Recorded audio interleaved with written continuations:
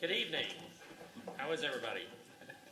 Welcome to the workshop between the Leander City Council and our Planning and Zoning. It is 5:05, and I can confirm that we do have a quorum of the City Council. Commissioner Anderson? Yes, and I can confirm we have a quorum of the commission. All right, so we can talk.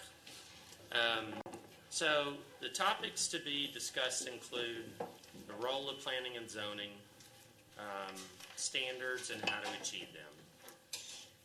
One of the things that came up was, recently we did renominations, right? So one of the questions that I asked all the candidates were, what is the role of P&Z? Interestingly enough, there were 3 completely divergent answers. And I think it's appropriate that we kind of visit that, because, as we look at these, interactions between the two, we cross over each other so much, kind of all need to be kind of on the same page somewhat. So I did have a copy, Mike, and this is our charter as far as duties. Has everybody, I hope, seen this? Is that the ordinance? That's the ordinance. Yes, establishing planning and zoning. So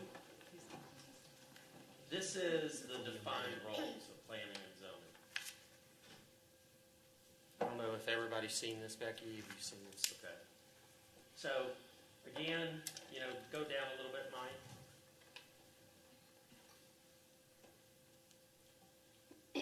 As we look at it, it deals with a lot of public land, advising council, mostly about public lands, right-of-ways, parks, public places. I don't see anywhere where we're talking about establishing guidelines for private land or, establishing rules for development.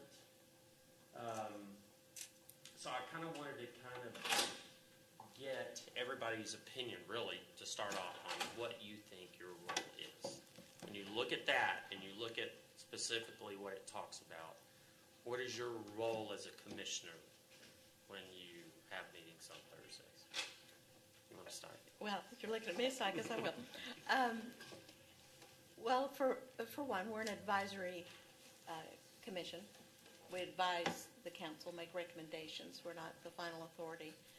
And I think that looking at the ordinance, the duties, but going back further where the P&Z part of the ordinance begins to, it talks about the creation and purpose. And really to look at all land use issues and advise the council. And I feel that my role is to listen to all sides, listen to the citizens, listen to staff, look at what the ordinance says, listen to the applicant and try to be fair. Look at each thing on a case-by-case basis and see if it meets the requirements of a comprehensive plan. And I think we have a role in looking at the charter. I think we've got some responsibilities to the comprehensive plan as well. So, but I feel that's my role, is to be prepared, do my homework, and look at everything fairly on a case-by-case basis.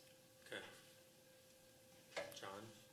Mayor, I think what Commissioner Lantrip said is pretty accurate, but I would take issue with the fact that I do think that the Planning and Zoning Commission does in fact have a role in creating ordinances. I think our charter calls for that, as a matter of fact. I think we're charged by the charter under 10.05A2 to do exactly that. So is that when somebody brings something before you, is that the time to do it? That would be a case-by-case basis. I don't think there's a uniform answer to that. Wouldn't it the appropriate way if, and I can remember specifically where there was something where you guys felt like the land use was really a conflict, and Commissioner Anderson sent it back asking that we take a look at it.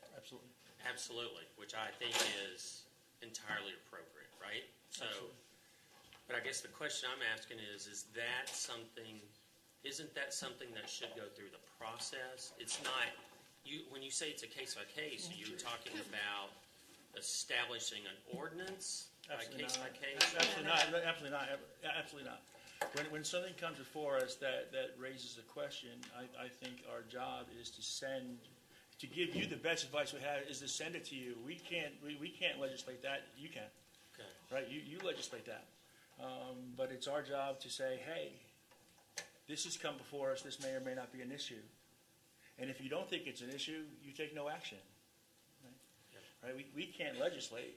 We can simply say to you as a body, here is something that came before us, and there are 7 people with divergent views who think this might be something that the council might want to look at. And might want to clarify and set direction on. Okay. I appreciate that. I appreciate that when something comes to us, you guys have spent some time looking at it from a completely different perspective and offer some insight so that we aren't looking at it without your knowledge. Because you dig into parts of our ordinances that you get much deeper than we do. And our role is often to try to balance that with what an applicant or the public is requesting, and that gets difficult sometimes. So I like that you bring another set of eyes to it. Absolutely. To me, it's very reassuring that you do that. I always feel that y'all have spent so much time on it. You've done homework at home before you even come to the P&Z meeting. And then you have excellent deliberation before you actually make a decision. So I really value the opinion that comes from planning and zoning. The very few times that we have had a disagreement, we're like, usually we, like this, at a post-retreat meeting, we try to have that workshop and say, sorry, we disagreed, this is why, so that everybody can understand one another, so. Well, and we understand, I think, I can't speak for the whole commission, but I certainly understand that when those cases occur, we sometimes have different responsibilities. Mm-hmm. And I think that's fine. And I always think debate is always fine. And I think our role is to give you the best. I said at the nomination, our role is to give you the best advice we can on whatever. We can't. There are very few things that we are charged with making policy on. Mr. New, can you move back up to number 2 real quick? So I read here the powers and duties of the Planning and Zoning Commission is to formulate and recommend to the City Council for its adoption a city plan for the orderly growth and development of the city and its environs. From time to time, recommend such changes to the plan as it finds will facilitate the movement of people and goods, and the health and recreation, safety, and general welfare of the citizens of the city. I think that's their job right there. I mean, in a nutshell, that's it. And sometimes it is looking at the comp plan and coming up with ways to formulate, a new whatever. My question is, I liked Marshall's answer, quite frankly, during the interview. We're there to see if it complies. And so the mechanism wouldn't change no matter what you thought of the project that's in front of you. The mechanism would be to send to council a recommendation to take a look at this so that you can change it, right? It wouldn't be to, come up with your own version of an ordinance that will allow you to get what you want. No, and I don't think any of us are doing that. I think we all realize that we are advisory, and we're just trying. You may have information we don't have, but we may hear from some people that you don't hear from, because sometimes people don't show up twice. They may show up that first time and make a big showing, and maybe so we may have heard, a little bit different opinions, and so we're just trying to give y'all our best recommendation, realizing that it is a recommendation. Well, not only that, but you guys, we all bring a different set of life experiences to the table. So your experience professionally, personally, is different than mine. And so just hearing a different angle on things sometimes helps us look at it differently. I think it And sounds I don't really think simple. I don't think the question is whether they're going to agree with us or No, not at all. think the question is, what do you do when your own personal opinions about something conflict with with whether it's a ball or a strike. I mean, you're there, in my opinion, to call balls and strikes, not to change the mechanics of the pitcher. Doesn't that happen Right. with us as well?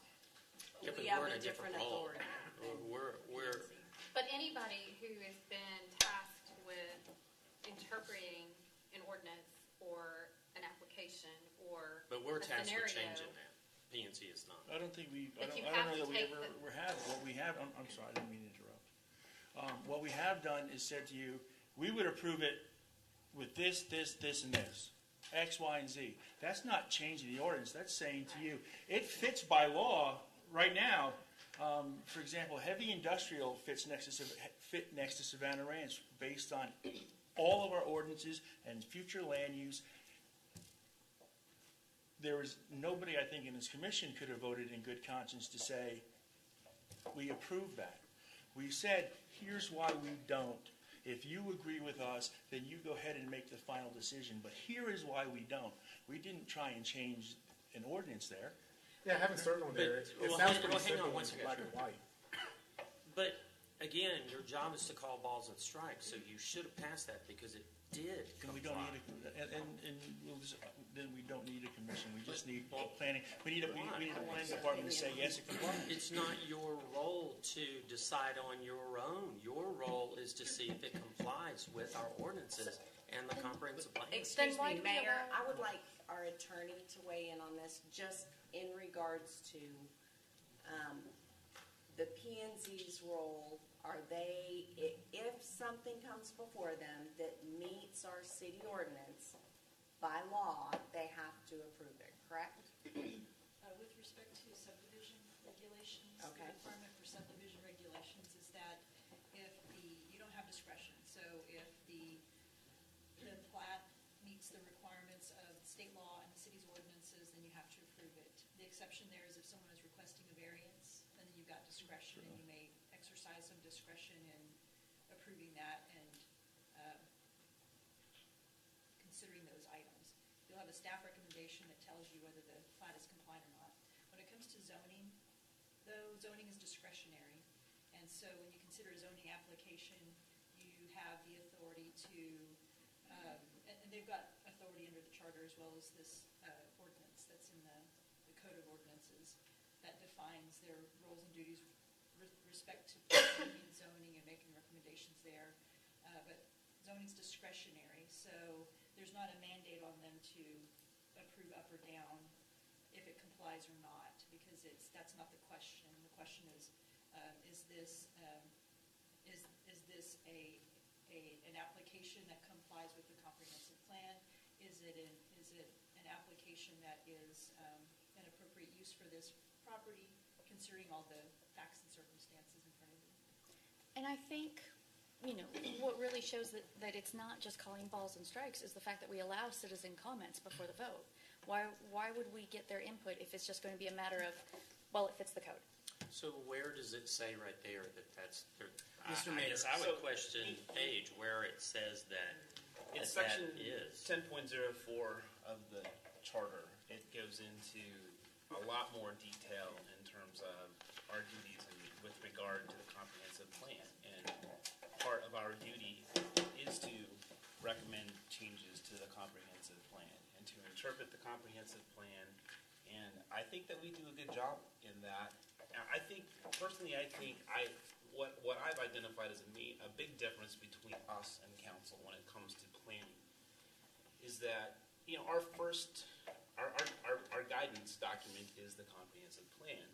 And none of us are elected, we're all appointed. And to me, that gives me a clearer way of just looking at what does the comprehensive plan say, what is being asked for, does it make sense or not.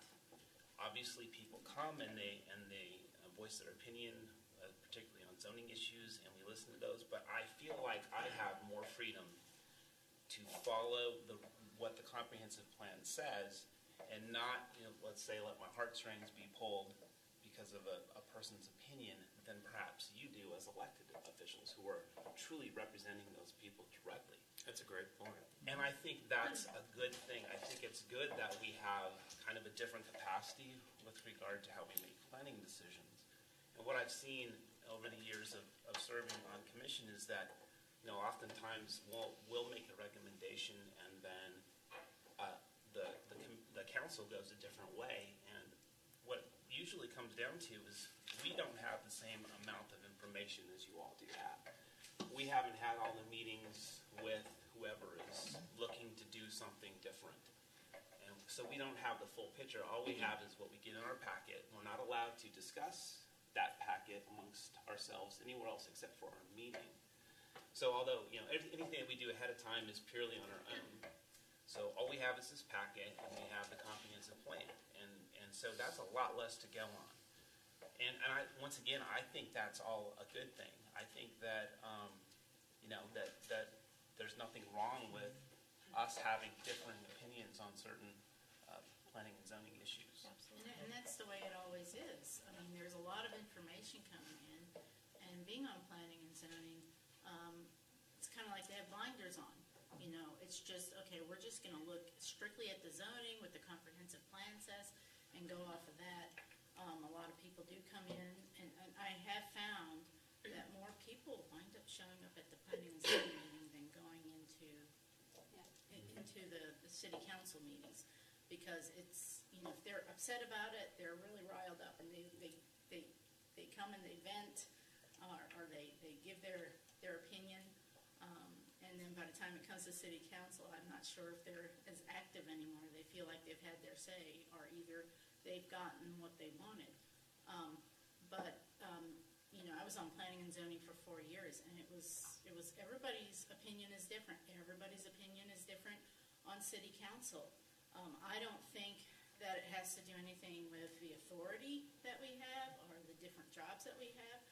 You can look at this and say, this is where I think it needs to go. And so this is a city of a lot of people, and as appointed members of the Planning and Zoning Commission, they are appointed, they're volunteers, and they get to be a part of representing their city and the voice of the city here. And I think that they're doing a great job. Thank you. Thank you. So one of my questions was that heavy industrial case that we all know about. What concerned me was the directive from planning and zoning went outside of the applicant and the case in front of you and extended to you guys wanting to change the future land use map for some of the neighboring properties out of heavy industrial. And I guess just from the dais, they couldn't do that, so then a new application was submitted to then pull that out. That was a question to me on several levels, and the council ended up, denying that because we didn't feel like it had gone through due process. It was somebody's opinion on planning and zoning that, hey, all of that should be out. And so my concern number one was, is that in your realm of what you should be doing? More importantly, the work that the staff then had to do to follow up and to clarify and reissue some applications due solely for that suggestion. Well, first of all, a future land use map is not zoning. So although we recommended making a change to the future land use map, that had zero impact on the current zoning of any of that property.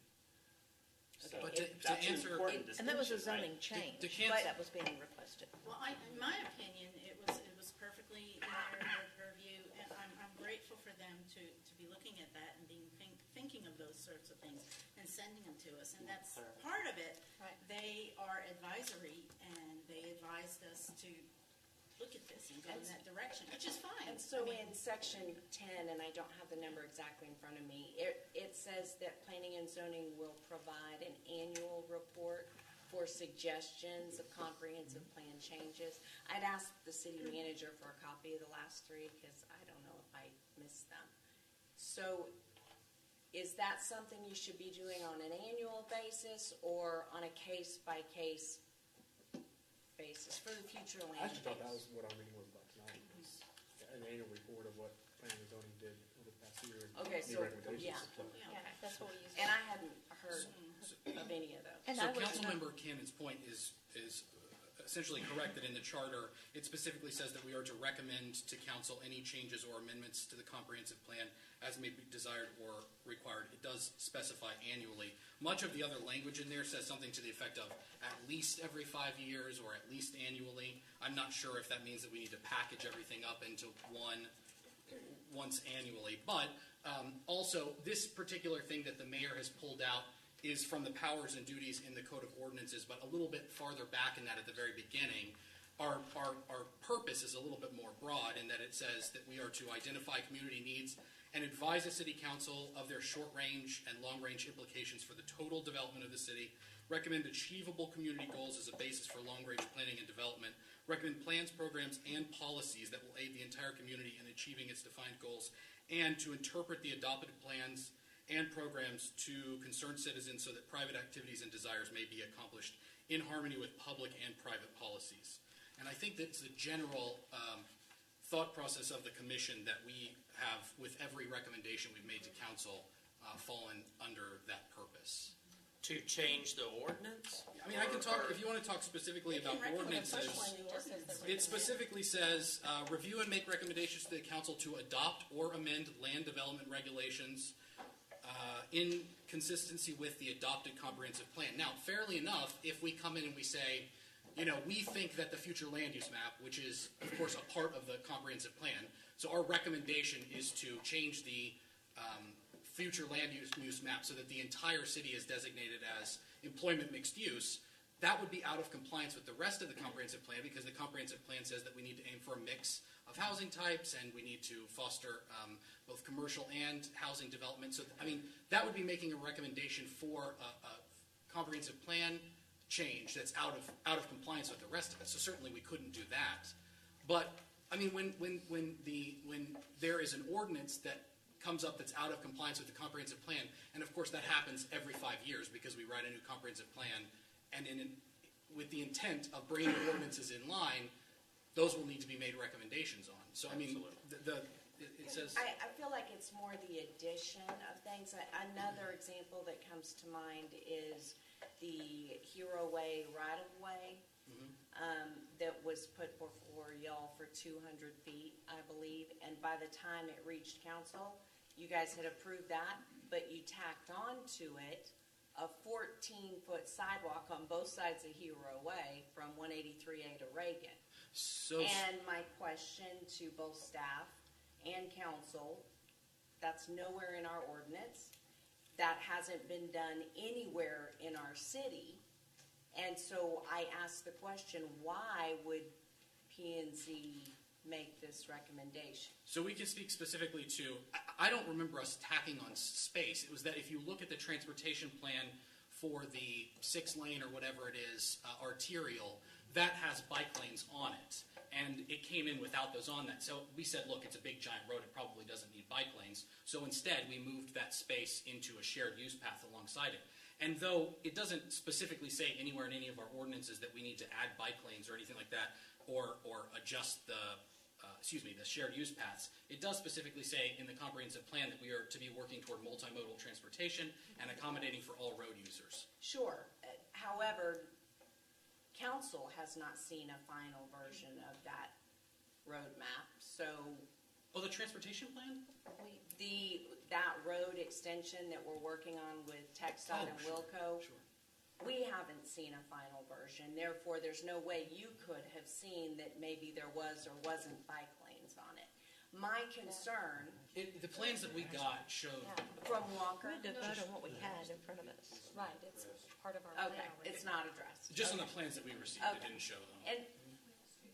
But a 14-foot sidewalk is nowhere in our ordinance. That's correct, but it would have been out of compliance with the transportation plan by building a 6-lane road without the bike lanes, because that is in the transportation plan. Then a bike lane fitting with the ordinance seems like that would be more appropriate than redefining a new ordinance of a 14-foot shared bike pathway. That's just an example. Yeah, I've no. seen several others similar to that.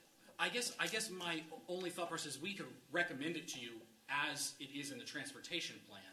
identically to as it is in the transportation plan, but we're also bound to be aiming for safety and what have you, and on a road of that size, it wouldn't meet compliance with the comprehensive plan for safety by putting a 75 or 65 mile per hour road with bike lanes on it, presumably. So, I mean, we're trying to look at the comprehensive plan holistically, and not just any one particular segment of it. Yeah, but then why not put a subway in? Why, I mean, if you're going to interpret it Do you that feel like that's an broadly- actual legitimate comparison? I mean, I think once you wander off the reservation like that, Marshall, I don't then think I that's feel wandering off like the reservation. you could say any- Versus 10. Yes, 10 is the it is default. any- And the bike lane is 5 foot. And so if you take 5 foot out of the traffic and you put 4 foot on, the right-of-way doesn't increase. You're talking about reducing by 1 foot on either side of the road. No one proposed anything that would have widened the road. Absolutely not. That was never something we It did. was widening the sidewalk. Sure, but it was also reducing the travel lanes that would have been there as required by the transportation plan. Okay. Again, we haven't voted on the final design of that road, so we don't even know. Well, totally, but we were presented with something which we need to we are duty bound to make a recommendation on, so we did it with the information that we had. So then that question is, shouldn't the recommendation then fall within the ordinance or not? I think if you see something that possibly wasn't seen before, and you can present that as a potential problem or a need to be corrected, then we should do that at the time that it's shown to us and not wait for you guys to approve a plan that we haven't seen. But if we see it and we see a potential problem And a way to or fix it. solution, we should submit And that. I appreciate when we do that. that. Because later on, it could be forgotten. Not every Because we ordinance depend on is y'all not- to look at Yeah. that, and we value I definitely appreciate everything you guys do, because you dig in deep into the weeds. One of the biggest questions and problems that we're currently dealing with lack of commercial and business here, is the unintended consequences and the cost. So a recommendation for a 14-foot sidewalk, who's going to pay for that? And does anyone have any idea the cost of that? And that is something that as council, I'm we need to assuming that take it in- would go along with the roadway. We've done that on. No, it We've falls done that on on the Hero Way developer. West. We contracted out for the sidewalk to be built along with the roadway. But then we're getting into, And we did that on a Baghdad. different area. I mean, we're supposed to be discussing the role and not this particular issue that they brought to us, which is what we're kind of devolving into right now, and the debate on it. And that's fine, we can debate that, but let's have it on as an agenda item on our regular meeting to discuss that. Well, Let's I get back think to it's the pertinent role. to- Well, it's pertinent, but then we're also. But I do think we also disagree on that because, and look, Yeah. I think you guys do a great job. So that's not what this is about. But I think we do have some of us have legitimate concerns that sometimes you step outside, you become another council, and But they don't have the we don't authority need to do that. two council. They don't have the authority They to don't have pass the They anything. do. recommended No, they body. don't. Well, it's No, not they don't. passed because then we have to pass it. So But- therefore, they're not It's a- another it's council. a Well, recommendation. I'm sorry, but I view it more strictly, look, I feel like your role is to interpret the comprehensive plan when you see things that you don't agree with, then separately, you petition council to change that, to look at it, And that's how I to examine it, And- But I don't feel That's like what they on did. that project that you go ahead and change it according to how you see it. We don't, They we just can't make a recommendation. change. It's a recommendation. Yes, you put it in there, but it But you carries guys can weight. override our recommendation. It at At any any carries time, and weight. that's what we meet at after Right. our. Sometimes And they I come hope with it some carries pretty weight. good And recommendations so that I we never guess, thought of. I guess the question is do you do it on a case by case, or do you do it in an annual, or? My preference is that they do it when they see the need. That would be Charter my calls thought. us to do If we Because wait a otherwise whole you make a year- The charter decision. calls us to do Paige both. just said you could do it either way. The charter allows either, because the charter allows the P and Z to initiate comprehensive plan amendments. So they've Okay. got the I think it ability is to much more initiate them. prudent. But if it's tied to an applicant's request, do they then, if they want to make a recommendation, the 14-foot sidewalks, then shouldn't that then come in a separate application? I think there could be a no more fitting of a time to come to it when it's very relevant at that time. The same amount of concrete. It can still happen at the same Distributed, time. My yeah. question is, It's kind of a two-part One question. for or The one two. that, I was there for one where we had to halt it, and it was because it was an agenda item issue. It wasn't That's right. posted for that, and so that's why it couldn't be taken up, but they could take it up at a subsequent meeting with a proper agenda item. If it fits within an agenda item for them to discuss it, it's just Sure. really, it's an Open Meetings Act issue Okay. from my standpoint. Can we talk about it? Can we make this recommendation? Have we followed the proper process of notices for us to take this up and then make that recommendation? So if they've met procedural requirements and if they've got a properly posted agenda, and they've got the authority to make recommendations for amending the comprehensive plan. okay. And correct, I apologize if I have seen this report and didn't recognize it, but have y'all submitted a comprehensive plan update report per the ordinance? We have not The submitted a charter? formal annual comprehensive plan review. I don't know that we've done that while I've been on the commission. Okay. And then that also fell in line with your capital improvement project? We have done that. Okay. We have done that. We did that, I think October is when we're required to do that. We did that just last year. Okay. And the year previous, I'm sure. Was that a project you had already You just got one of approved? them, I actually. know, Yeah, okay. on the comprehensive, on the CIP deal, but was that recommendations or was that a report on what you had approved? Well, just to be clear, we can't approve any capital improvement projects, but anything that you get would be, recommendations from us. Those would be the commission's voted on recommendations for the next budget.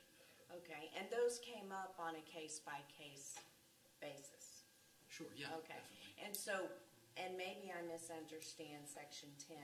I understood that we would get a report from y'all at least once a year that says, listen, here are some glaring problems we have in the comp plan and the future land use map. We need to address these. And here are the items that we believe should be added to, capital improvements. Those two things might be separated. I The think capital they are improvements, I just mean to say that the capital improvements we usually do in October, and certainly you get in September maybe, or November, I don't remember. You get the one which is also called for, perhaps in the charter, that talks about, here's what we've done as a commission, these are the cases that we Right. voted on. And certainly if there were charter amendments outstanding that we felt, it would get added to that. But given, as Mrs. Sines has said, we've tended to do it on a case-by-case basis as they come up in the past, I don't think there's ever been anything remaining at the time where that final report is prepared by the planning staff on what the commission has done. But certainly if we had stuff, we could add it to that. And when was that submitted? I'm sorry? It's the last This 3 fall? months of the year, yeah. It was when we get our various reports in the capital improvements, and then the one that shows all of the cases that we've had slightly different votes on between council Typically, we and always commission. get that report and then have our attendance. workshop and things. Right. We were but supposed to I'm- have, go I'm ahead. sorry, I understood it to say not a report on what you guys had already done and recommended, but more of a broader report on your experiences last year. This issue and this issue has come up repeatedly. We feel like we need to address it. I think maybe it's interpretive, but I think, I want to go back to a couple of things. One is, Mayor, when you made the comment that you felt like they should be pretty black and white, you didn't use those words exactly, but it either fits or it doesn't. I don't think anything goes to Planning and Zoning Commission if it fits. It goes because there's some variance that needs a recommendation and a vote from us. If it just fits, we never see it. Well, any outside initiated zoning case does have to come before us. It has, yeah. We Even have already things- has the We have It- things it that doesn't we're say. required to have a public hearing on and vote on, but then the law says we have to approve it. Right. Right. So we have to have the public hearing, So- but it says that we have to approve it. Some of the, But so, recommendations, like the issue on Heritage Grove, I think that the reason that was important to address at the time is because sometimes there are conflicts within the various guiding documents. And when you recognize it, you don't just move on past it because it's there. I think that the bigger picture requires us to look at what's best for the city and the future of the city, not for anyone involved in that particular case, not the applicant, not the landowner next to it, not for us individually, but the intent and the purpose behind our zoning and our comp plan, and what are we trying to get to. And if we can't be a little flexible on those items and adjust on the fly, then I think we're doing a disservice to our citizens as a whole. See, I don't see it that way. I feel like their role should have been, it complied. I don't think they should be a political board. I guess that's where I'm going. But they Is might that go into audits based on Oh, the absolutely. citizens. There's 50 people out there, and I've been to these meetings. Right. They become So you're very saying political. that information that those citizens provide during that public hearing isn't, they shouldn't No. consider that? But- I think people's interpretation, obviously, some people in here, there's a divergent opinion about what their role is. So when people come, they see it as, okay, well, if P&Z denies it and I want it, I still have counsel. Or if they approve it and I don't want it, I still have counsel. And I don't see it that way. Maybe I'm being too Do you know black of any and other white. examples of other cities that see it your way? Or set up your way? I Or have you see done any research P&Z. about I just see P&Z's role as not political. Mr. I Mayor. see it. I see it as black and white. And while I can kind of see from an eagle's eye your viewpoint, if it was black and white, then all you would need is a recommendation from staff, because they've done that.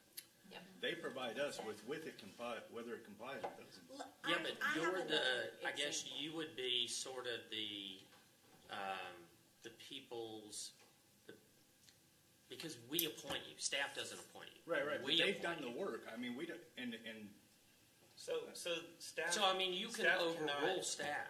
And I completely agree with that authority, But 100%, I can't sift through everything that staff has sifted through. Sure, no doubt. And make the same That's why determination we pay that they have, right. Well, and I think there's a different purpose. Staff has a very structured role. Theirs is not political at all.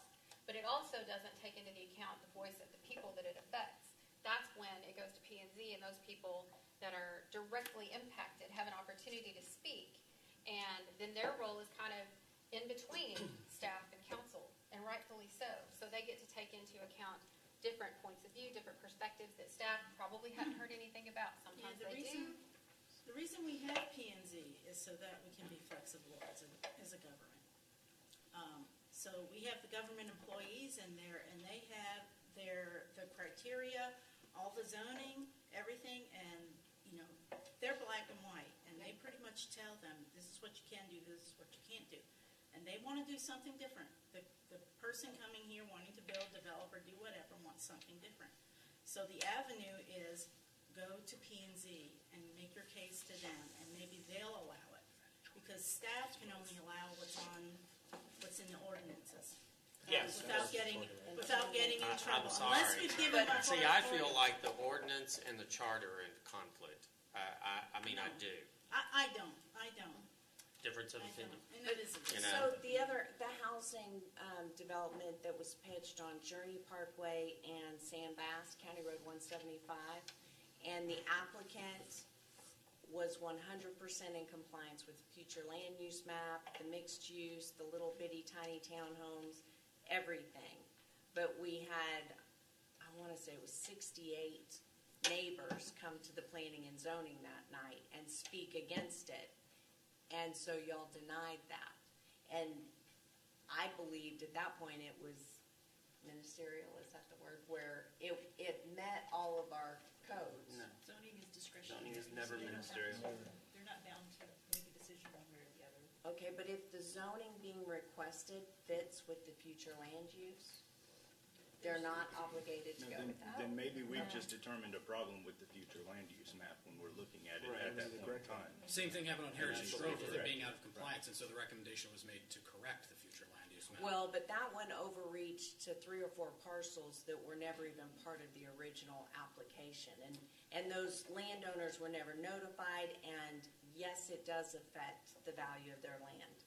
You're not changing the zoning, but when you change the future land use of a property, Sure. that definitely affects. And so they were, screaming that they were never Okay, notified. I wanna somewhat object to the language of overreach, because they did not overreach in recommending to change the comprehensive plan or the Thank you. future land use plan.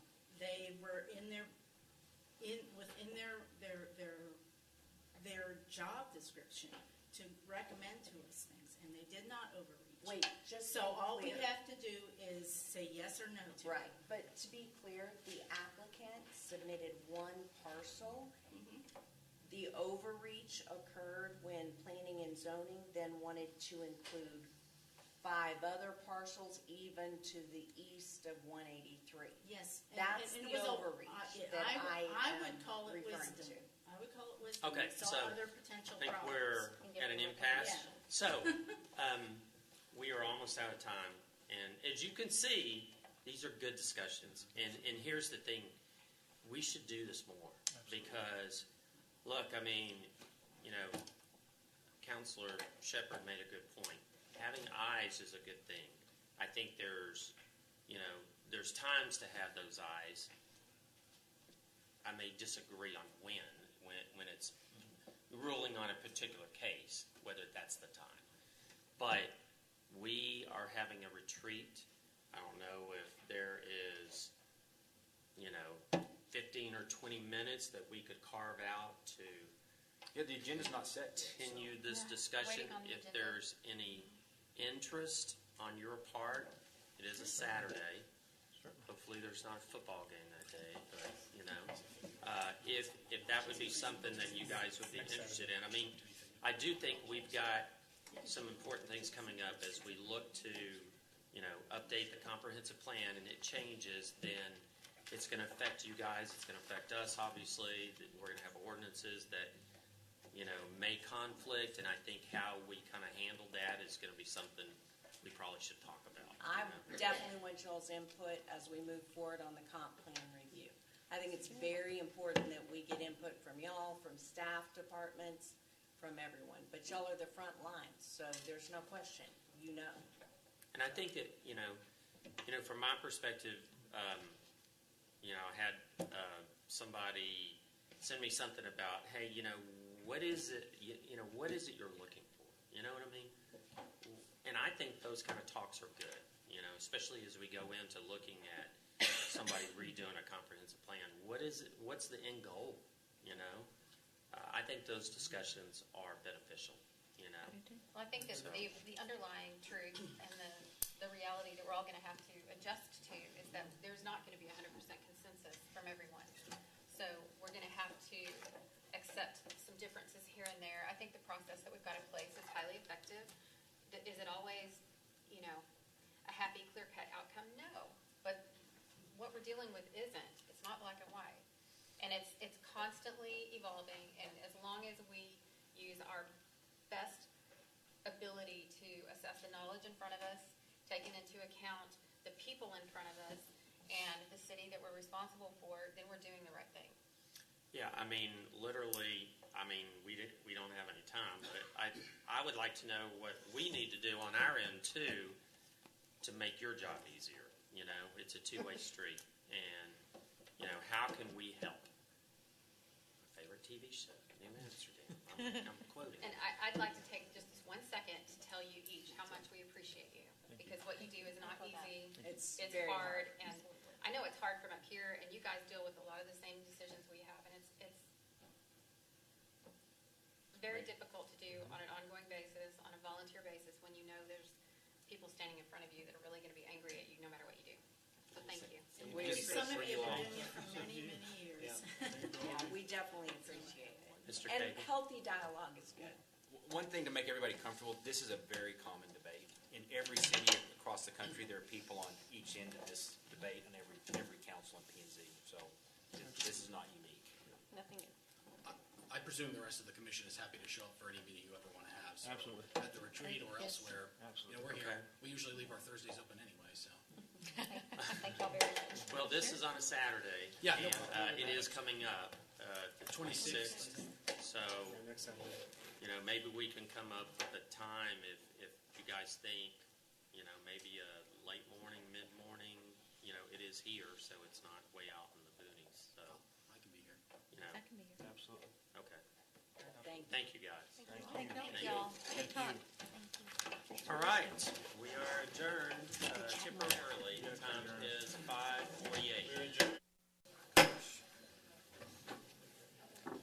Good evening.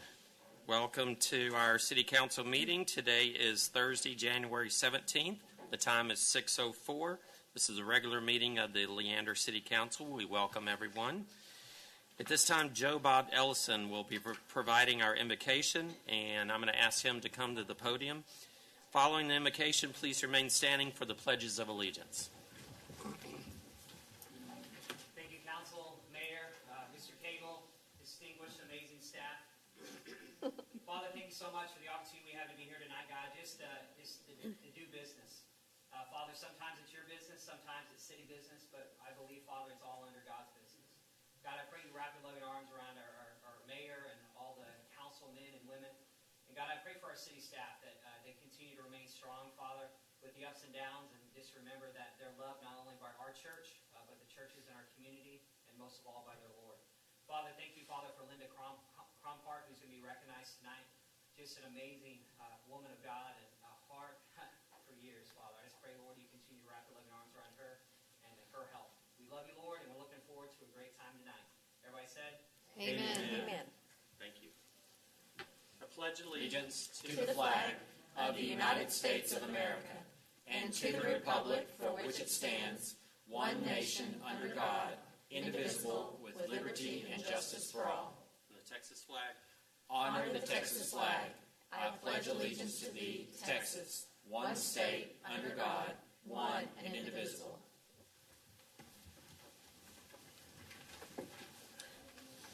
Thank you very much, Joe Bob. At this time, if our secretary could call the roll.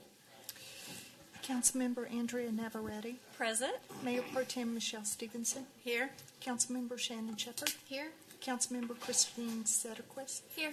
Councilmember Jeff Seiler. Here. Councilmember Marcy Cannon. Here. Mayor Troy Hill. Here, we do have a quorum. We are able to do business tonight. At this time, we're going to move to citizen comments. I do not have anybody signed up to speak. Would anybody like to speak on a subject which is not on the agenda tonight? Harmonica music, welcome. That was funny.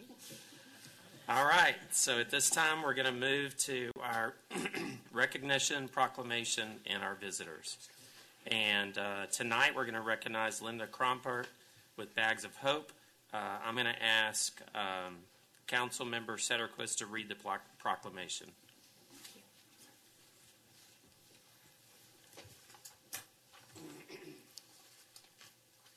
Whereas in 2004, Linda Krompart started volunteering with Bags of Hope, a nonprofit ministry that delivers toiletries, snacks, pajamas, devotionals, and other small gifts to young women at the New Life Children's Center in Canyon Lake, Texas. And whereas New Life Children's Center treats young women ages 11 to 17 who have experienced severe abuse or neglect and need a safe place to grow and heal through in-depth clinical therapy, personal development activities, and spiritual care. And whereas an 18-year resident of Leander, Linda has sewn beautiful and unique works of art into more than 3,000 bags for young women, praying over each one so that every person who receives one may know that someone out there cares for them. And whereas, wearing a smile on her face and displaying an incredible sense of humor, Linda has overcome many personal obstacles, raising 3 boys while managing the daily challenges of a rare neurological disease. And whereas, in spite of her condition, Linda still provides a continuous supply of bags while never compromising on quality or workmanship. And in so doing, she sets an example for all of us by living each day to the fullest and with a caring heart. Now, therefore, I, Mayor Troy Hill, do hereby proclaim Thursday, January 17th, 2019, as Linda Krompart Appreciation Day.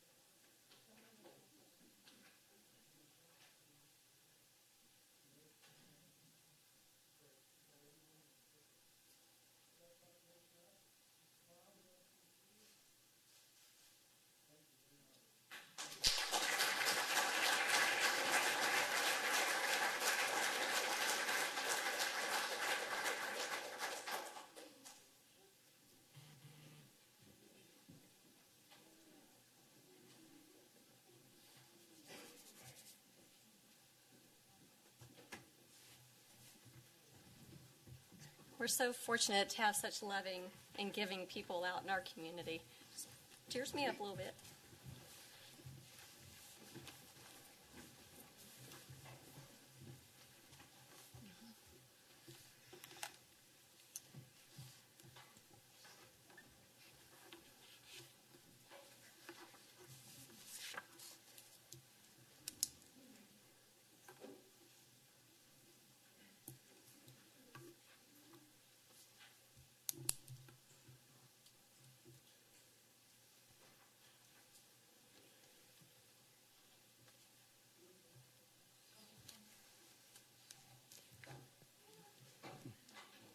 Thank you, everyone, for coming. Obviously, this is probably one of the coolest things that we get to do. So, very grateful for people like this, and what an inspiration to everybody, right?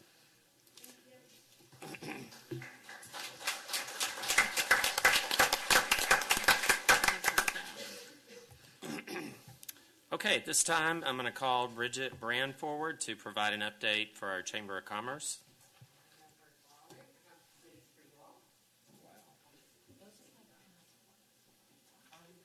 Those are nice passports. We are going soft. Ooh-wee. Hi, everybody. Thank you for having me here again tonight. I appreciate seeing you all the time. And I can't believe how fast these come now.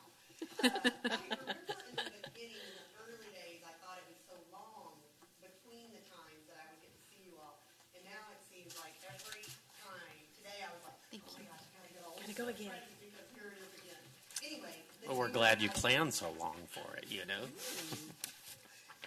has had a really incredible year in 2019, and I have some really exciting things to share. I'll start with the passports I passed out. And I did bring extras for those of you that are in the room, if any of you would like to have one. We also have a full supply of them at the Chamber of Commerce. This is our Leander's first officially represented opportunity in a visitor's guide ever.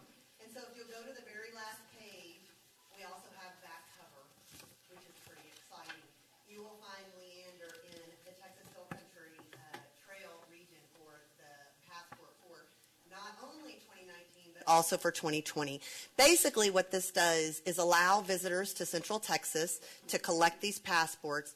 Throughout their journey through Central Texas, they stop at the different sites. They get passport stamps at each of the sites that they stop at. And while they're in that town, our hope is that they will eat here, that they will visit some of our Trail of Trains, they'll visit our dinosaur tracks, and maybe they'll start shopping in some of our businesses. And when our hotel opens, they'll stay in our hotel. And so it's the very first on a journey of actually becoming a destination. And so we've worked very, very long and hard on this. And this is the very first actual printed thing that's going out to anybody and everybody that visits the state. So Congratulations. Thank you. Super excited and very proud of these. Other cities that have participated in this have seen thousands of visitors come through every year for the passport. So I'm hoping that we will be among those that get to see that exact same thing. So very excited about that opportunity. In addition to that, I presented you with the 2019 program of work for the Leander Chamber. For those of you that are in the audience, it will be published on our website Tuesday, leandercc.org, and then you can go to Chamber and Program of Works. And so basically it gives you an overview of all of the things that we'll be working on for 2019. Among those are, of course, promoting our member businesses, encouraging economic growth and attracting tourism, fostering membership engagement, cultivating community leaders. We actually have 16 people signed up to participate in Leadership Leander this year, which is incredibly exciting.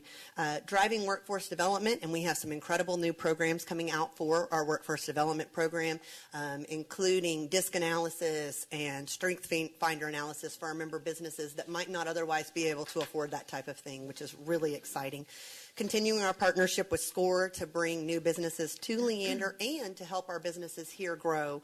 And then, of course, ensuring that the Chamber stays financially accountable and able to do new and continuing things in our city. So very excited about our program of work. I also am excited to announce a couple of new programs. We are starting for the first time microgroups through the Chamber, which we have a variety of microgroups. We actually have 9 of them that have started in an effort to bring small business and large businesses, although most of them are small businesses, together to network and learn from each other. Of course, our Live in Leander videos are gaining great popularity and have been very successful to drive new business to our businesses. We currently have 536 members that are members of the Chamber of Commerce and rapidly growing. And our dues, because of the success of all of our events, remain among the lowest in the region and 82% lower than the national average. Wow. So we are very excited to be able to bring that to Leander.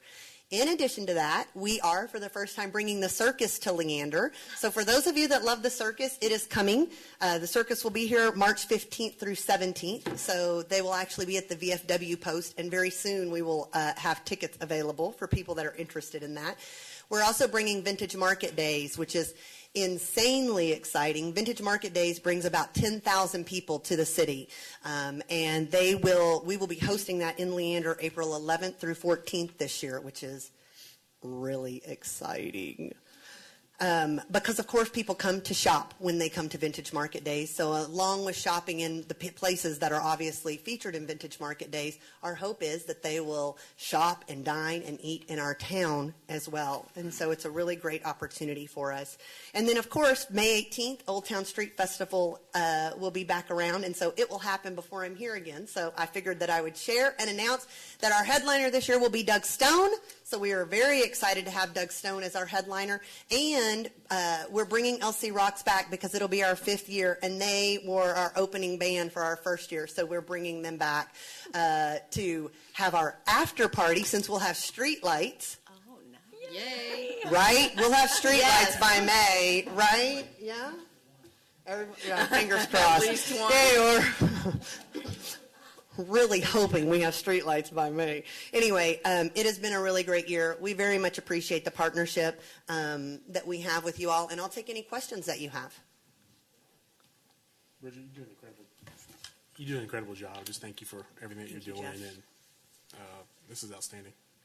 Thank you. Absolutely, you just enhance living in Leander. It's just so fun. Thank you. Can you tell me more about the circus? Yes. What do you want to know about the circus? Do they have animals? They do have animals. It's a full circus. They also have dinosaurs, which What? I'm not really, obviously they're not live dinosaurs, but they have robotic dinosaurs, which is the main reason that we picked this circus to bring to Leander, obviously because of the dinosaur track. So our goal is obviously to provide entertainment in Leander, which is what every person that I talk to wants, right? It's going to be at the VFW post. So the VFW post is actually there's a hosting lot the of site, but land. it's a traditional, like, old-timey circus, like pop-up tent, the whole round ring, the whole 9 yards. And so Jeff wants to get in the ring with some lions. we'll see what we can do. He's running Well, for it'll be re-election. dinosaurs. So, yeah, so we'll see what we can do. But they do have elephants, which is what everybody asks, is, are there elephants? And so, yes. Flying trapeze. And what date was that? It is March 11th through 13th, the weekend before spring break. Wait, March 11th? Yep, I think that's 13th, or is it right. March 15th? Hold on. 15th 15th through 17th. through 17th? Can you give us an 15th through update on the 17th. Trail of Trains? Yes, I can give you an update on Trail of Trains. We actually had, so now we have 4 trains that are officially completed and out. We just launched the 4th one literally yesterday at Cashway. We have 2 other trains that are currently being painted, and we have more that are coming. We've got ordered a total of 16 trains that have been ordered. They take a long time to prepare because we actually require them to be works of art. They can't just paint them blue or whatever. So just getting them done takes a little bit longer than we expected, but they are coming rapidly out now, so which is really exciting. And on the lines of art, we have a brand new event coming. We actually met with the Public Arts Commission today. We will be hosting Taste of Leander, which will be a food and art show this spring, right here in Old Town, when the street's done. Not if, when. Did y'all hear that change? Yes. Yeah. When the street's done. So that's really exciting as well. So on your question of art. So we are really working to help enhance that part of the community as well, because again, it ties into everything else. People want to move to a community that have art in it. People want to live in a community that have art in it. And you tend to see all of the other wonderful things that happen when you've got that. So Do you work with ACT, Artists of Central Texas? yes, we do. Okay, They are working. yes. We're working with them through the Leander Public Arts Council, and so Okay. they will likely be when we do our art show.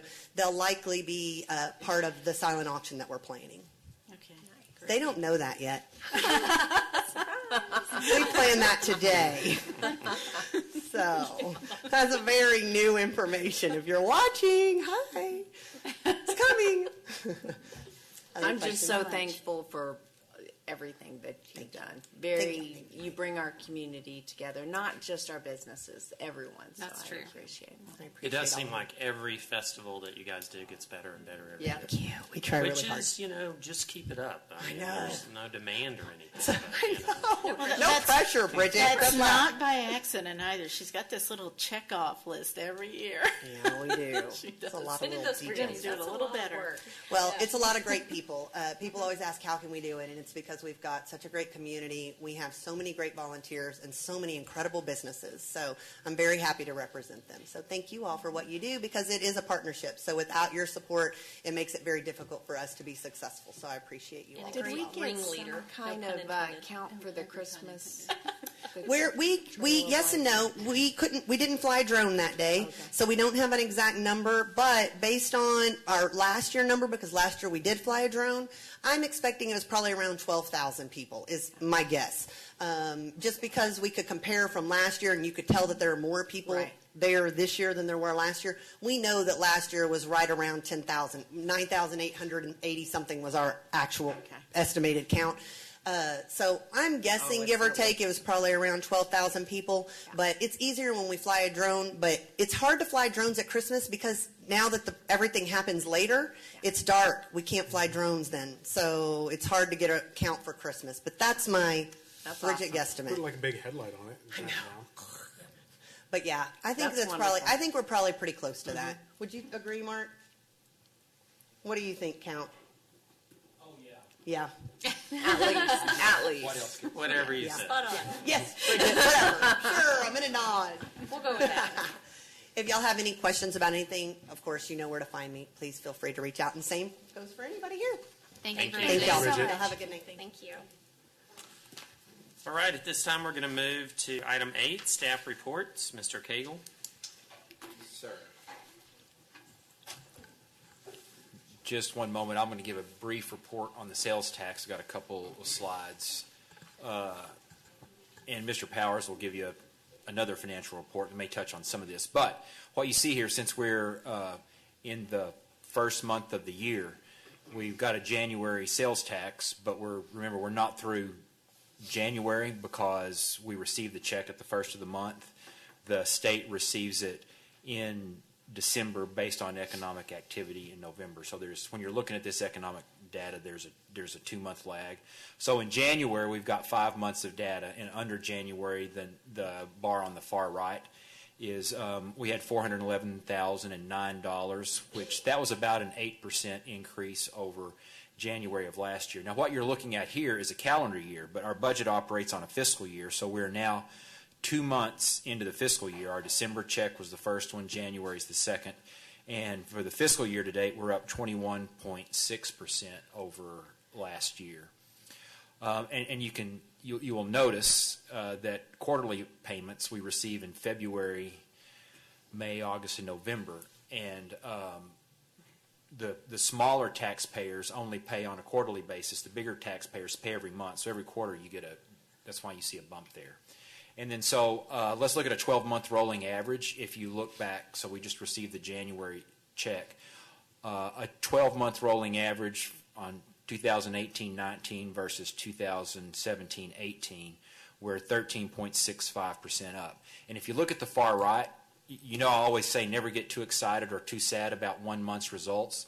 So you can see in July we'd have been very happy with a 60% increase, or September, which was a 7% decrease. Really, if you're going to look at any of this data, you need to look at least on a quarterly basis, because there's a lot of things that make those numbers change. In July, there was an audit adjustment. Sometimes there's some prepayments or late payments, different things where 1 month can affect the next. But when you look at the 12-month rolling average, we're in pretty good shape at 13.65% increase. Mr. Cagle, is Yes. our growth rate there at 13.65%, is that about the same as what our population growth rate is? That one's pretty close. Yeah. Yes, it is.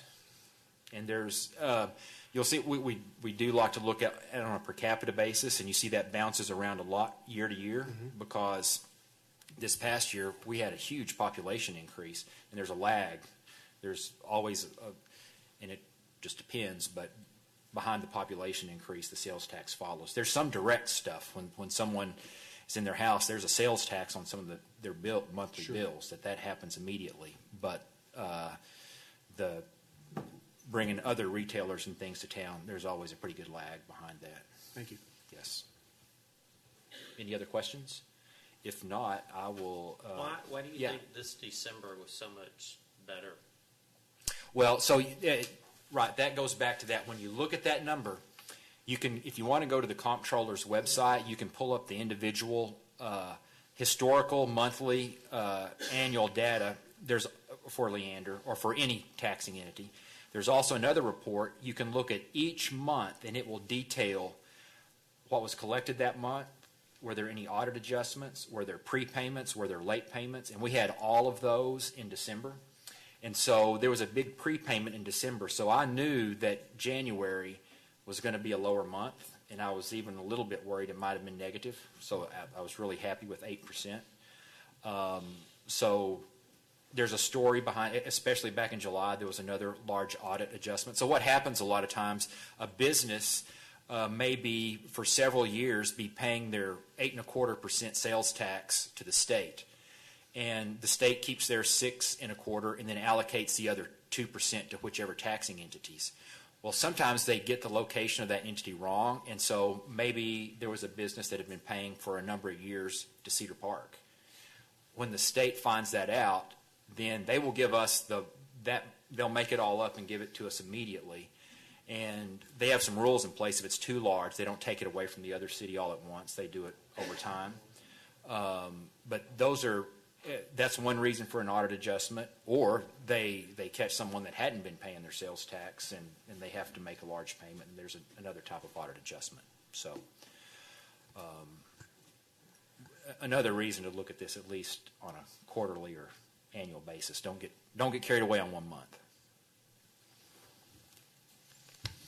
All right, thank you. Yes, sir. Now, Mr. Powers, who I believe last time had made some far-out predictions that didn't exactly work out, but I'm not going to remind you I of think it. that had to do with Notre Dame. There was a winner and there was a loser. I got that part right. Thank you, Mr. Mayor, members of the City Council. I feel pretty inadequate after Bridget's chamber report, so we'll do the best I can. Yes. Right.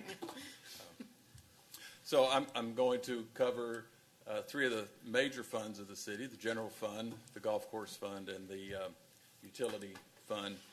And as Mr. Cagle alluded to, we have finished 1 quarter of the fiscal year. We started in October.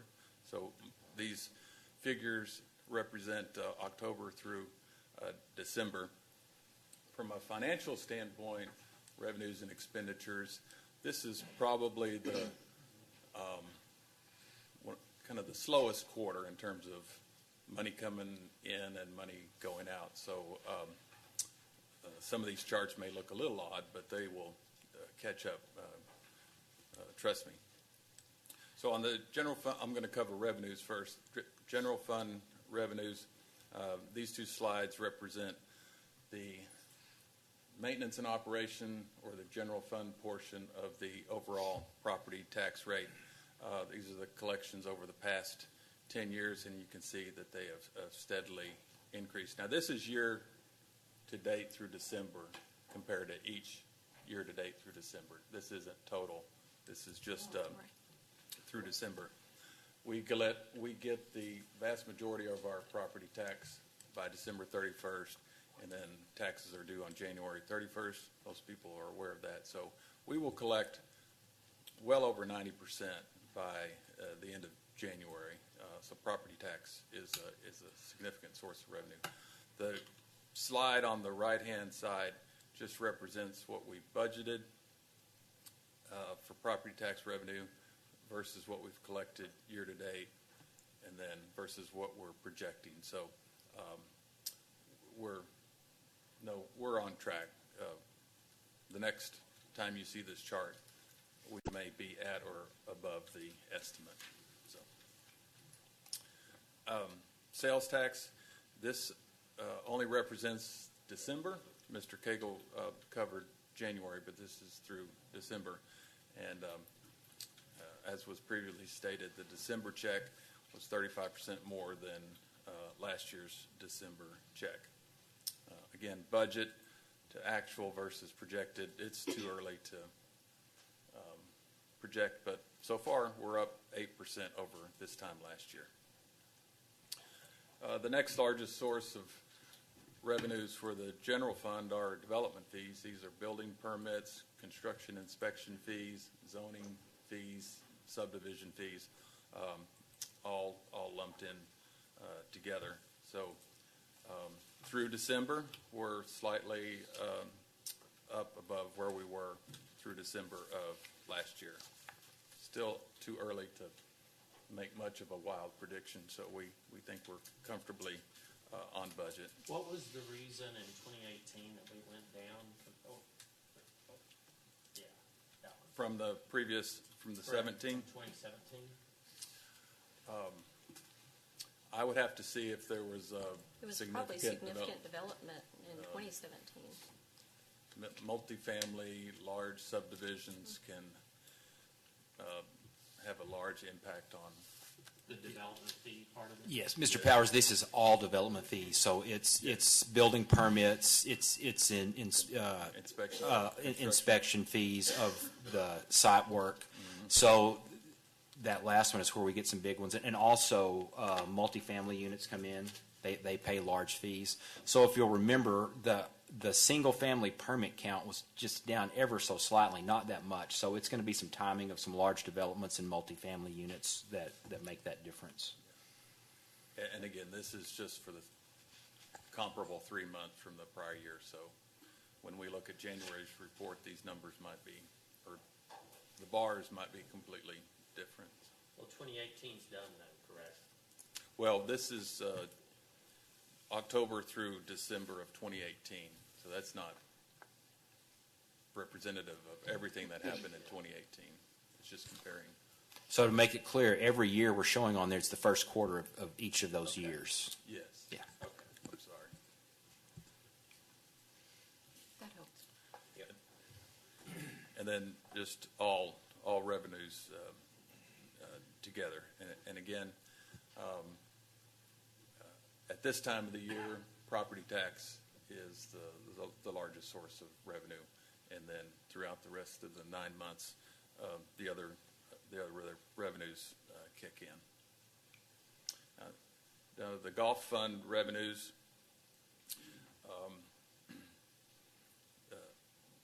year to date through December is slightly down, about $30,000 from last year through December, but still, it's too early to make any prediction on the remainder of the year, and obviously there's a playing season in the golf course. But the next fund is the utility fund.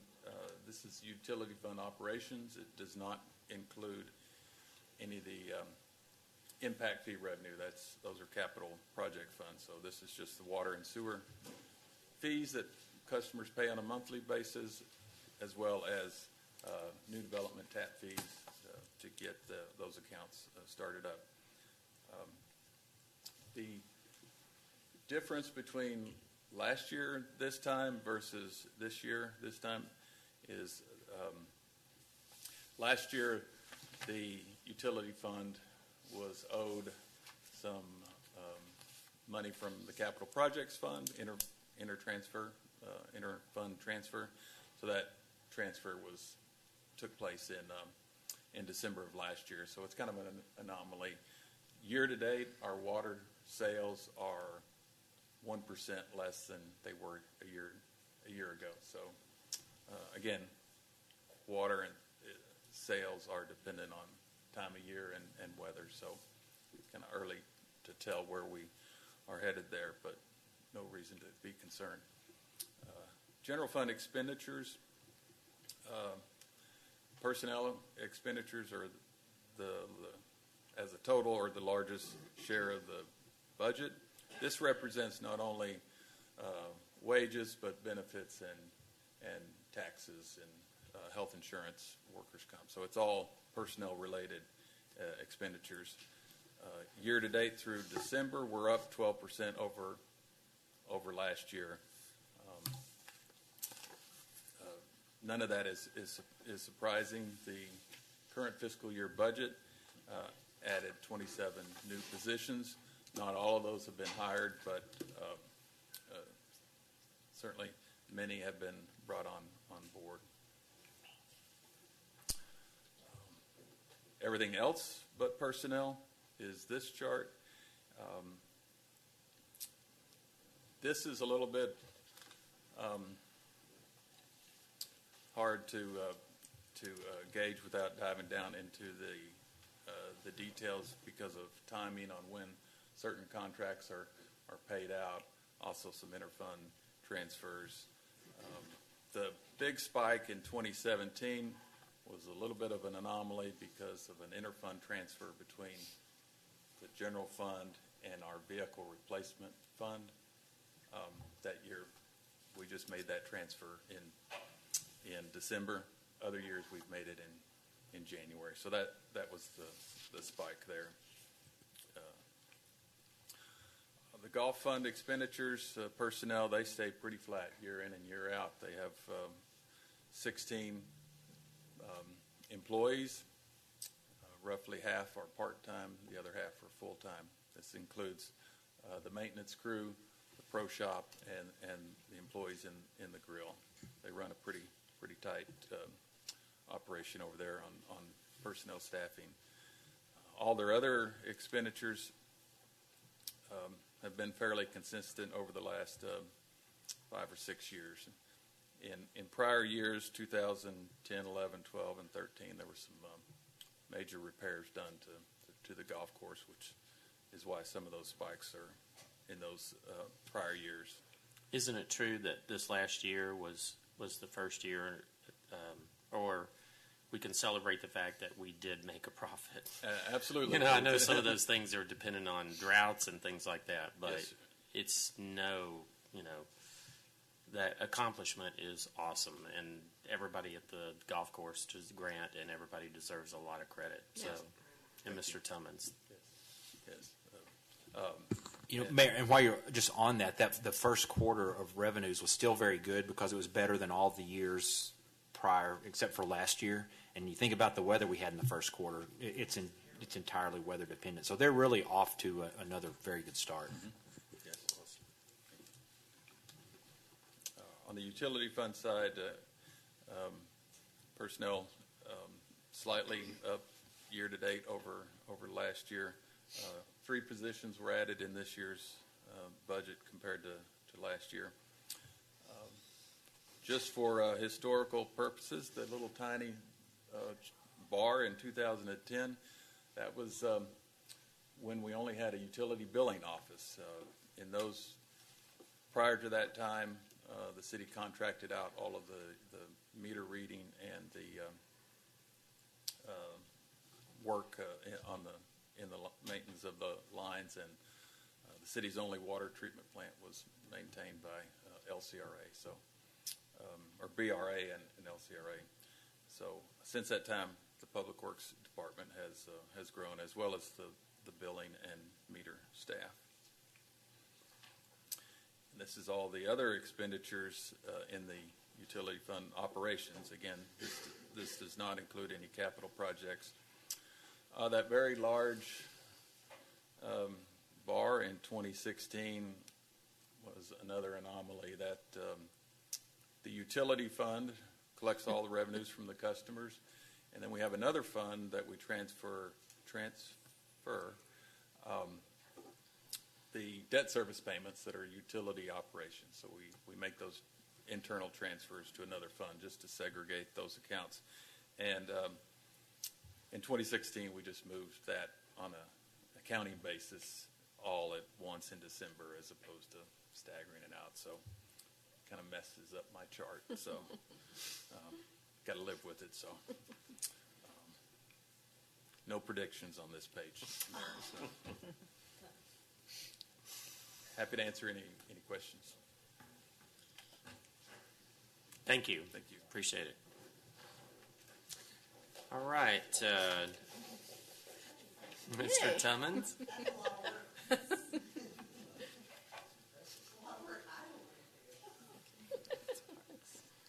Yes, I'm sorry I don't have charts like that. That's very nice. Thank you, Mayor, Council.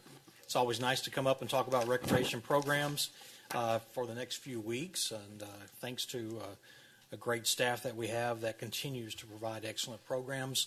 You can see they're up on the board. I think they'll be up on the board. If not, I'll be glad to share with you tomorrow. Saturday, January 19th, we begin our first ever youth basketball league.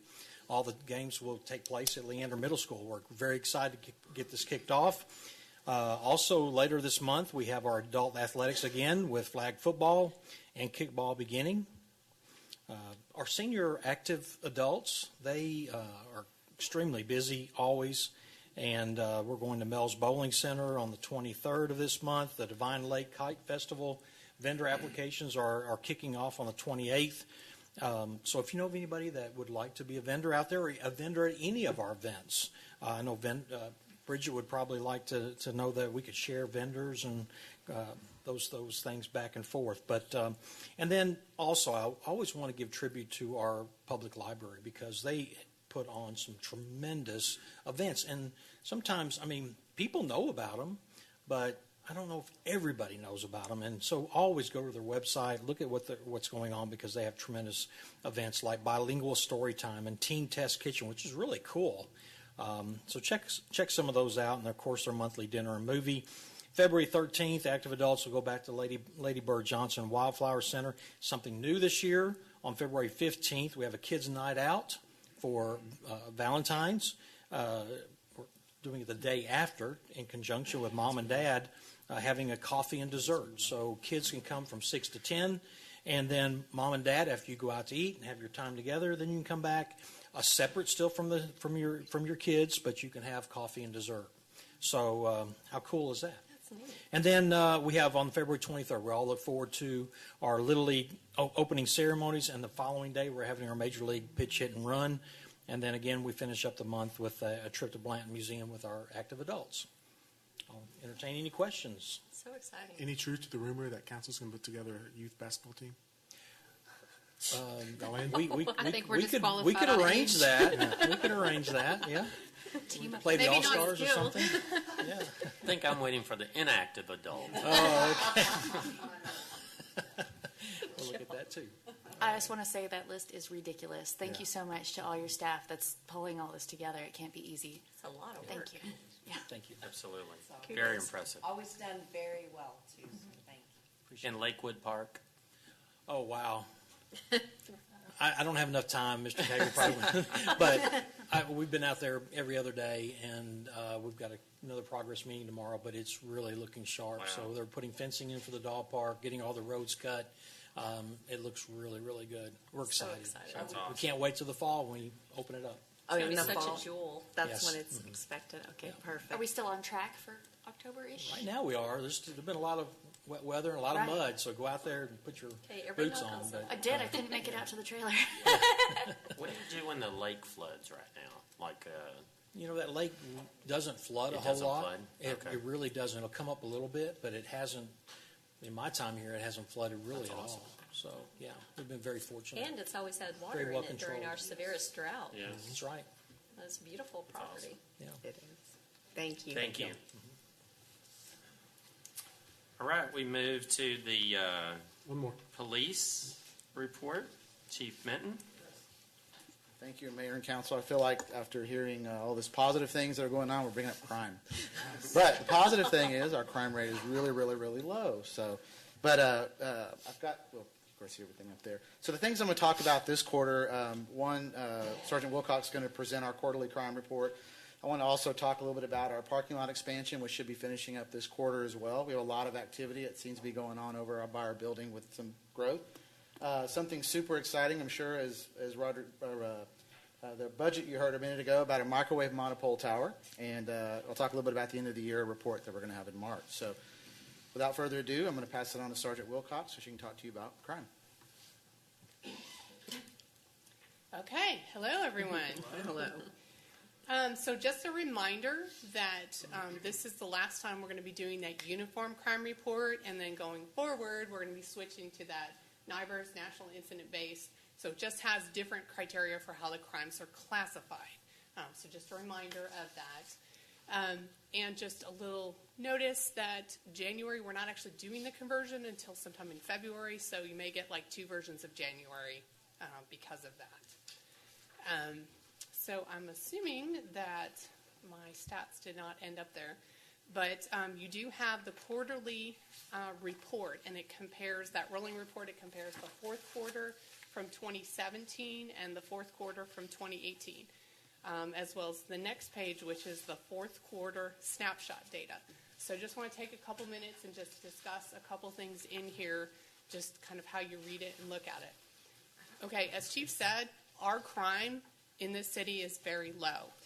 So these numbers are the raw numbers, and these raw numbers are, if they change just a little bit when they're so small, they give very large percentage numbers. Okay, these are not adjusted for population, and our population has increased, but in the quarterly rolling year or quarterly comparison, 15% reduction to the current one, and in the December numbers that I gave you guys earlier in the year, there was actually a 2% drop in the violent crimes overall for the year. Okay, so that's kind of where we are on that. Just a little bit of information about the, oh, there it is. Yay! Okay, so you can see the NCs that are on there, that's not calculable because if the lower number is 0, you can't actually do that math. So that's why it doesn't have those percentages on there. What you'll see is there are certain crimes on there that require all of us working together to try to really work and keep these numbers down. It's very, very important. There's a limited number of police, and the more that we all work together and every citizen who's interested, we've got lots of training that's available so you know what to look for, how to call it in, and help us out with that. And even just maybe just a little thing that's not on this chart, but let's talk about something really small but might be super inconvenient. Let's say it's like somebody toilet papering your house or your car. If everybody doesn't call it in, we don't necessarily know how extensive or how little the problem may be. So we just really, really encourage everyone to call this stuff in. We don't necessarily even have to come out for something like that, but if you let us know, then I can do the crime stats on it and kind of look at what's going on overall in the city. Okay, so as you can see, that's for the fourth quarter of 17 to the fourth quarter of 18, and that drop that's in there. Again, these are raw numbers, and our population has increased how much ever. So if you were to do an adjustment for that, that would be an even bigger drop in that. On the next page, on the quarterly report, okay, so just to kind of explain what you're looking at here. So on the criminal activity, there's Part 1 crimes and Part 2 crimes. Remember I was telling you about that uniform crime reporting and how they classify everything? Well, that's how it's broken out. So generally the more serious crimes are your Part 1 crimes, and the Part 2 crimes are going to be the less serious. So vandalism would be a Part 2 crime, and a serious assault would be a Part 1, but a simple assault would be a Part 2. And just so you kind of all have a context of what this could be, I'm going to use the chief as my example. Oh. If I upset him by doing this, that's assault by contact. That's what I'm talking about with that. Okay, so that's why that's one of our largest numbers. Is that the only one you're going to demo? That's the only one I'm going to do. Is that going to affect our statistics? Other stories come to the Citizens Police Academy. We might have fun things we can do there with that. But on the right-hand side is our traffic enforcement activity. And so this is looked at every month in terms of the types of violations. So moving violations would be things like speeding, disregarding a stop sign, that sort of thing. The other violations would be like registration or using your cell phone in a school zone or texting while you're driving, things that are like that.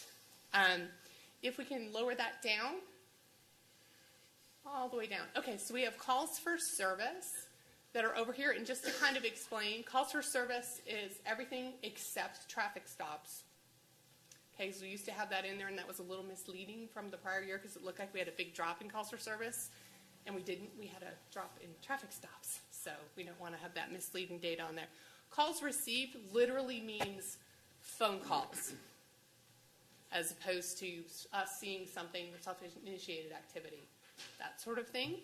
And then in the Criminal Investigations Division, I don't have cases pending assignment, but I just want to tell you that's really just literally a snapshot. We have a tool that we use to see what's waiting to be looked at by our criminal investigators.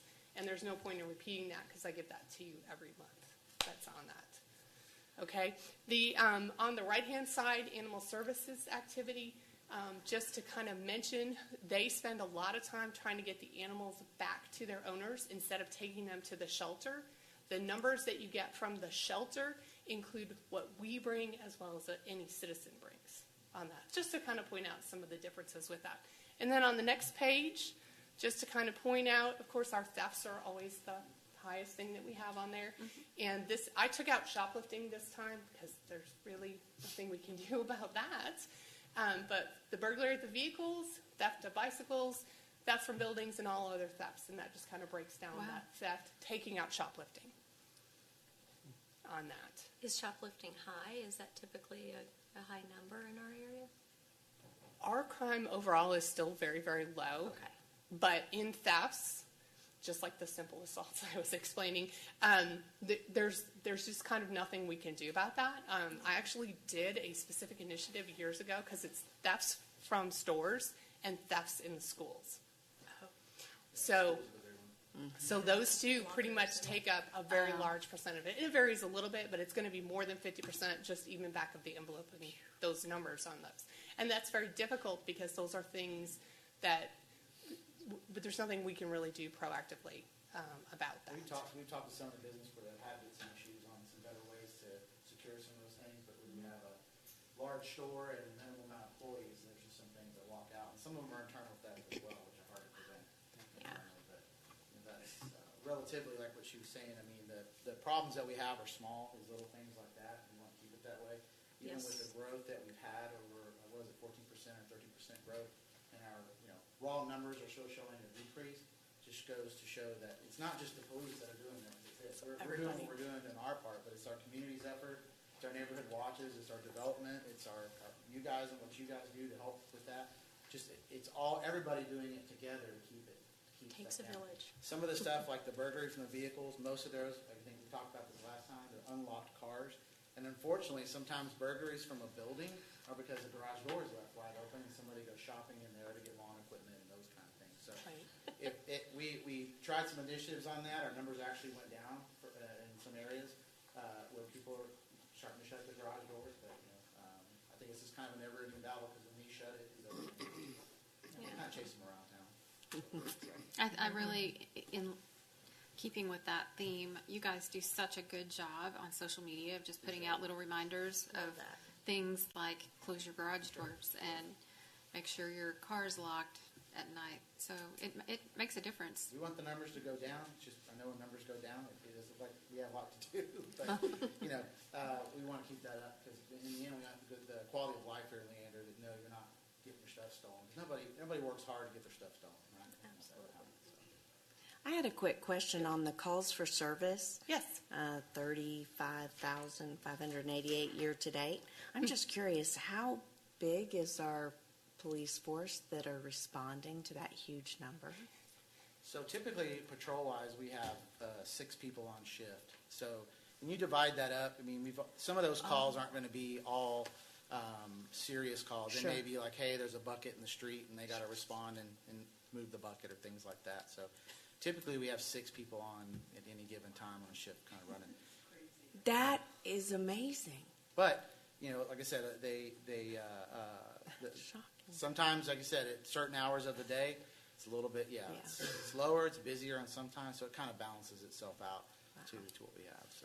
But again, lean machine, Yeah. like the rest of our city staff. You guys do a great job. It's growing, and we're excited about the growth and the development, and you appreciate Mr. Cagle and what you have done as a council to keep us ahead of that curve. We were behind many, many years ago, and now we're, as you see, we're hired for 26 people last year for the city, and it's just that demand and to keep that quality of life, what we do, because we want to keep these numbers low. At least while I'm chief here, I want to keep it really low. So, any questions for her on stats? Thank you. Thank you. Thank you. Thank you, All right, Sergeant so we'll talk Wilcox. about these other real exciting things real fast. Just gotta switch slides there. So currently, we are waiting for the rain to stop, because apparently you can't put asphalt down in certain conditions. And it rains every so many days, so they have to keep putting it off. But we're hoping to get this done this next week. But in 2017, you guys have helped approve a capital improvement project for a parking lot expansion. I've never been so excited about parking spaces until this started in this area. We'll be adding 51 new parking spaces because we don't have enough places to park patrol cars, and a lot of times you'll see them parking in the grass. As long as when we have visitors in the building, we're adding 8 additional spots at the very kind of bottom. As you can see, I don't have a laser pointer. You can kind of see at the bottom, there's little red deals around it. We're also the gates. If you've ever seen our gates, they kind of did the old banking system kind of gate. Sometimes they wouldn't work. Sometimes you had to rake them to get through. And people could walk around them. So the new gates that are being installed in this project are going to be like you see in gated communities, where they don't allow pedestrian traffic to come in, just vehicles and with key passes and all those kind of things. So it's going to be both on the this bottom section here on the left and the upper right. This whole project was part of our Sallyport expansion project. So this is just a phase 2. Also security. Oh, I saw a pointer somewhere. That's scary. No, I was kidding. going to operate, Yeah. but it Doesn't show up on there. Security lighting and cameras will also be in that area, so we can keep track of the, kind of the movement in there. If there's anybody in there, and just a camera, so employees can walk to and from safely. Mr. Green to the Is that it rescue. right there? Is it green? Oh, wow. Oh, that one's even better. I like that. I'm used Now to I'm it going to do everything. It doesn't even work now. I got one over here. We'll never do He it. can't operate it. There we go. There it is. Okay, wow, it's cool. And then from this point down to here is now a pedestrian sidewalk, so nobody has to walk in the ditch or along the street. And then also in this area right here, part of this project, we're adding some asphalt so the fire truck can get through there, because they've got a really narrow gate, and they're kind of having a teeter in there, which this is also expanding that so they can get out there. So super excited. Like I said, the group that's working on this has done an amazing job. And every day the new question is, where's the asphalt? So now we're hoping it's going to be next week, and this project will be done. And that Sallyport, that new, I'm going to push this again now that I have it. Instead of the officers having to drive kind of around here to get out like they used to, now we're going to have a straight shot out, which is where this gate system is here. So it's just going to make it a lot easier and conducive for them to get in and out of the complex a lot better. So, any Who needs questions? asphalt first, y'all or Russia Street? Wayne? Let's arm wrestle for it. Yeah. I think we should, in the name of public safety, we need to have asphalt first. Sorry, Bridget. All right. We'll do half. How's that? We'll share it with you. You want to go to the next one? Is this the clicker for the next thing, or you want to do it? Okay, so the next thing that we are wrapping up as well, and this has been an interesting project. So this is called a microwave monopole tower, and it sounds like a lot of fun. But what that basically is currently our dispatch system uses a T1 line between the police department and the primary side at Williamson County, which if you heard of T1, it's almost like having a 14.4 baud modem nowadays. You want to have fiber optic or you want to have a microwave set up. So back a long time ago when all this was being set up, Leander was the only city that never had a microwave tower put up that had a dispatch center. So you can kind of see this weird cutout. Well, these are all the departments around that had this microwave tower. And what this microwave tower does, if you can go to the next slide for me, is, and this is what it looks like, super exciting, right? It's just like a pencil with a deal on the end. But what this actually does is this gives us some redundancy in our communication capability.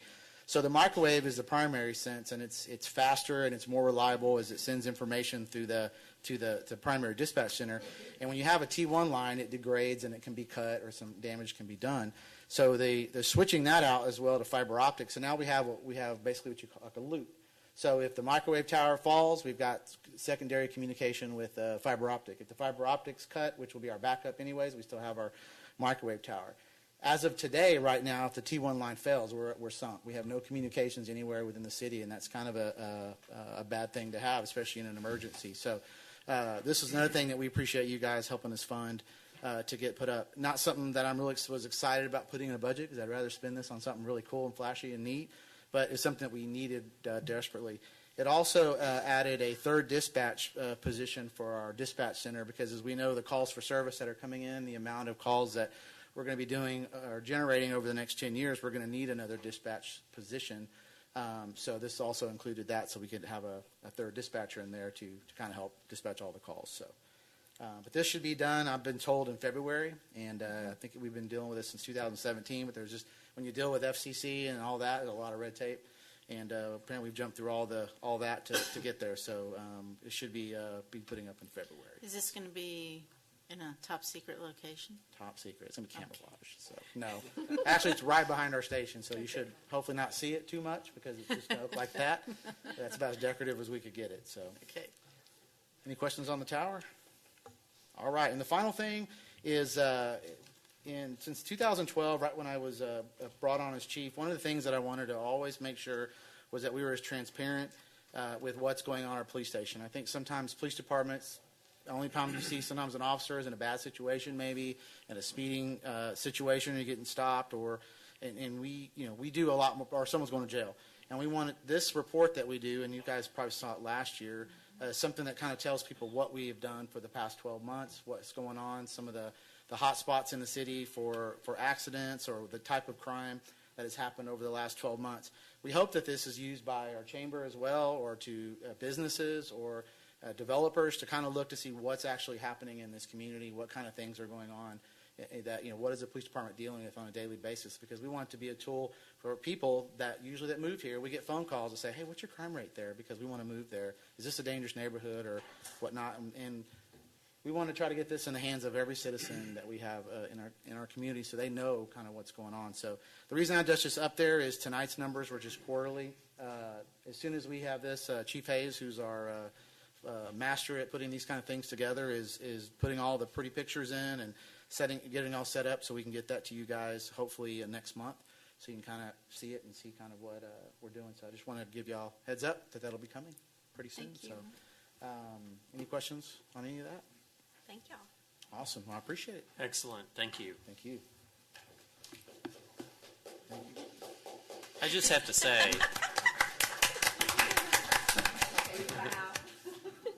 Can't resist can you Bridget's bring the heart pointer stare. back? We don't want our statistics to go up on petty theft. So, New line item. Mr. Womack. I think the pointer walked off. Oh, there it is. Good evening, Mayor and Council. This is the City of Leander's water supply use update for December 2018. This first chart is an LCRA chart. If you'll look at this beginning or focus on that yellow line, the date of this forecast is January 1st, 2019.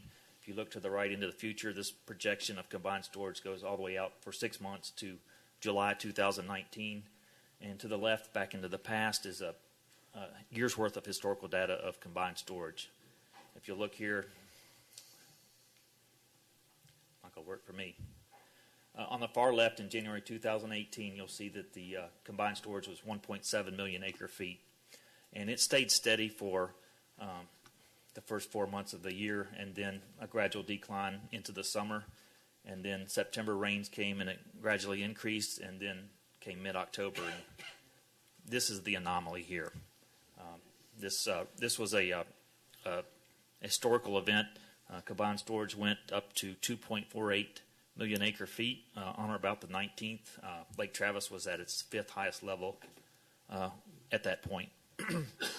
Currently, as of January 1st, combined storage is 100%, or 2.01 million acre feet, right there on that yellow line.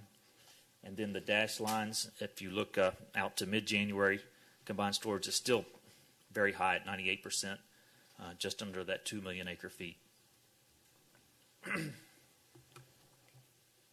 This next slide is for the city of Leander's. Oh, excuse me. Let me back up.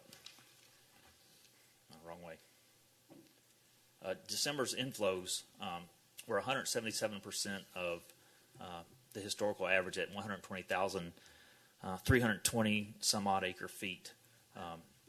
If you look back at, it's worth mentioning that October's inflows were just under 1,000%. And here are Leander's numbers. If you look at this chart, beginning in the middle, excuse me, up over here at the far right, you'll see December 2018 water use was 1.716 million acre feet. Compare that to the 144.4 million gallons, excuse me, not acre feet. We used about 27 million gallons more compared to in December 18 compared to December 2017. Peak day was 6.8 million gallons at the top far right corner. Let's see if I can get this to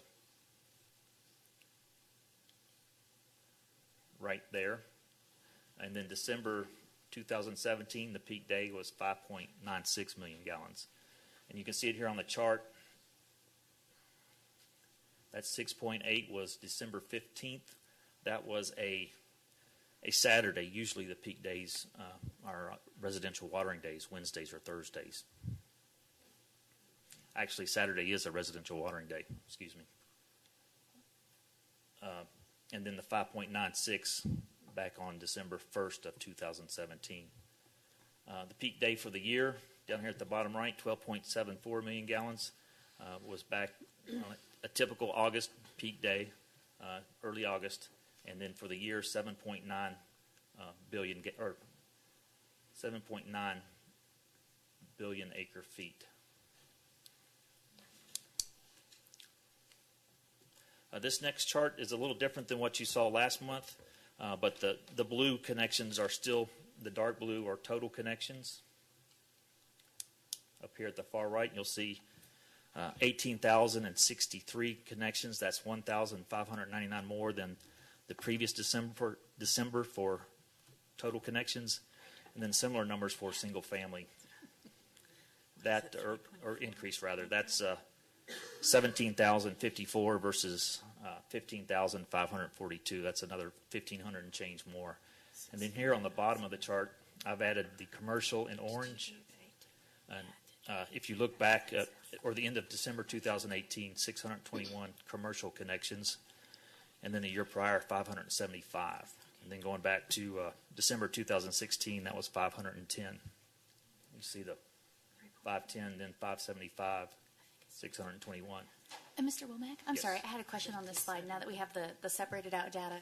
On apartments, there are more individual units being served than there are connections, right? Yes, that's correct.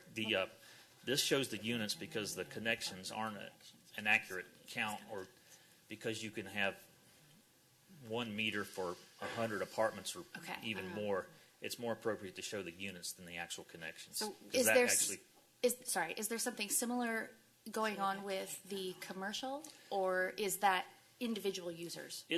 There may be some combined connections or master meters, but not to the extent on the apartments. It's probably statistically So we're trying to figure out negligible. that mathematical figure you have for total connections versus number of people per household. The how total does that work? connections, that's single family, that's commercial, apartment you do add all connections, of it? not units. Okay. I just don't have it on the chart. Not units, connections in the dark blue. Yes. So that does not count each individual apartment complex. Apartment unit. No, the connections don't correlate That's to the right. number of units. That's why it's, I think that was her.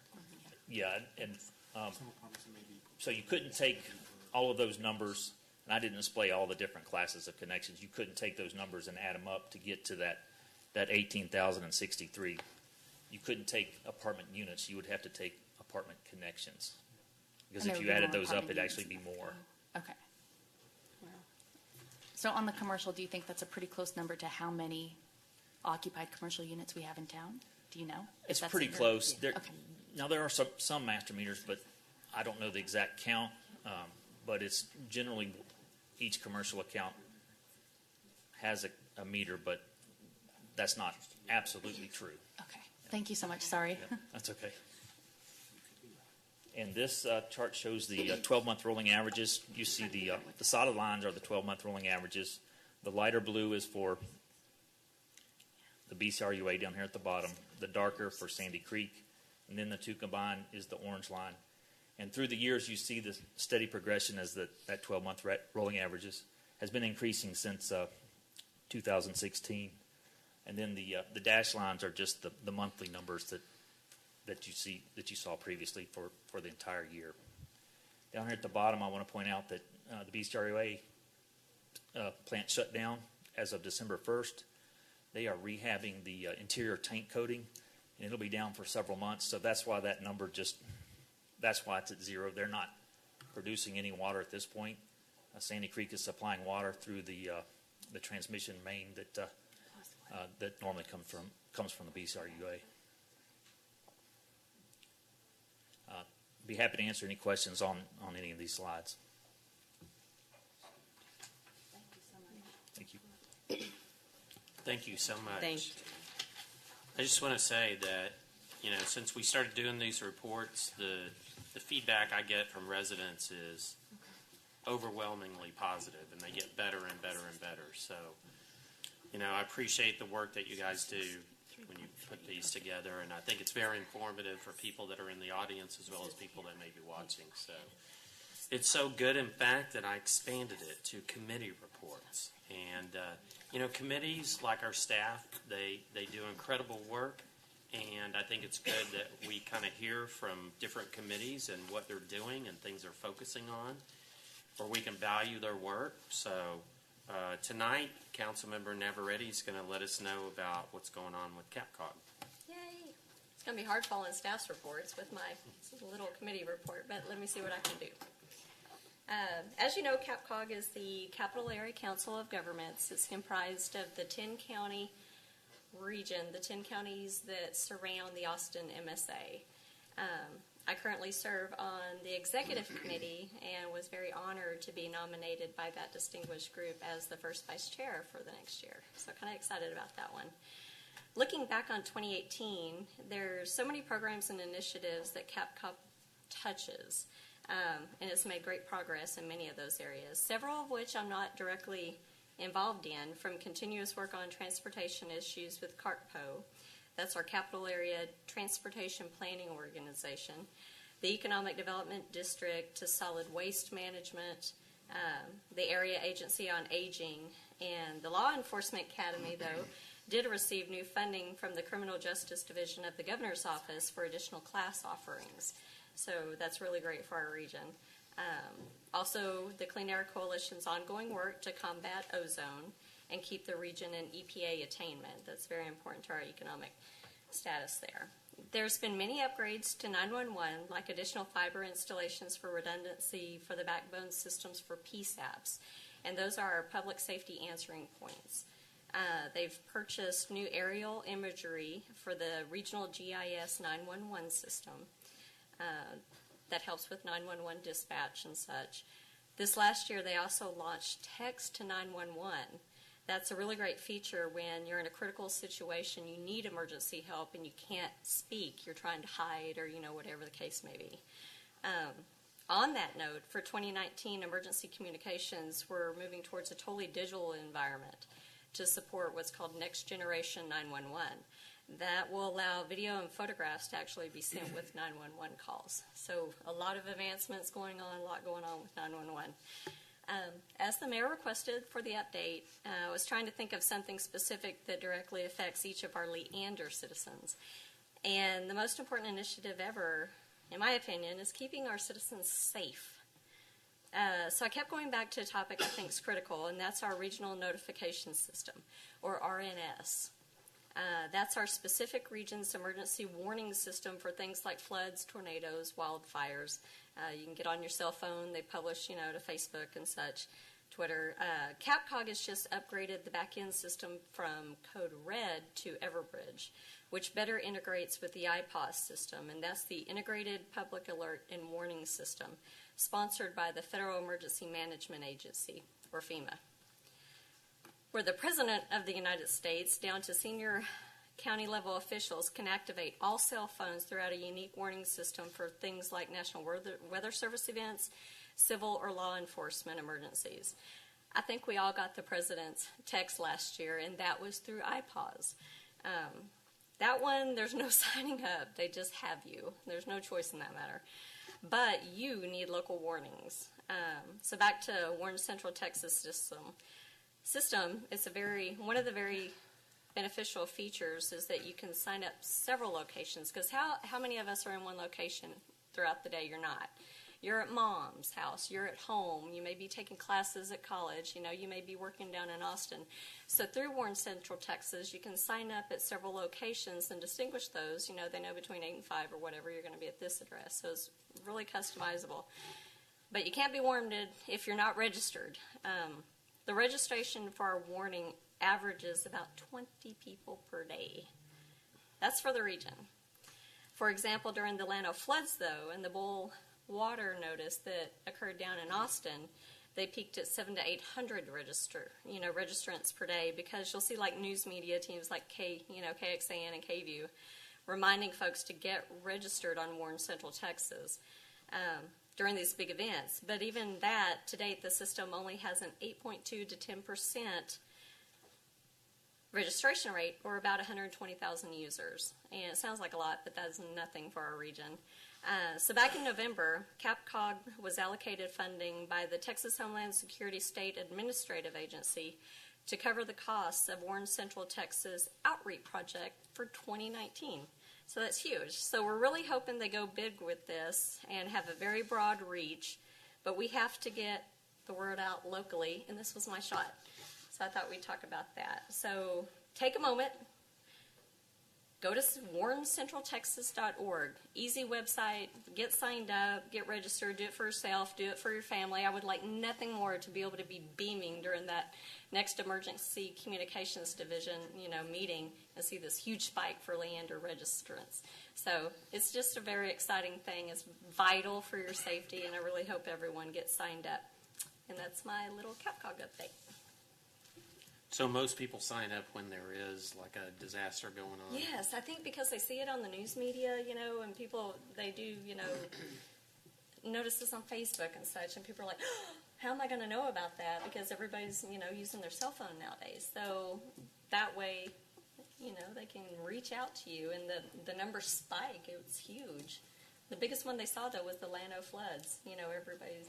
Even if you're visiting an area, say, you're going to be staying down in San Marcos for a week, go register yourself. If it's during the summer, and it's tornado season, you never know. Sure, absolutely. So are they no longer using Code Red at all? No, that was the backbone computer, system that they were using, and we've already migrated completely over to Everbridge.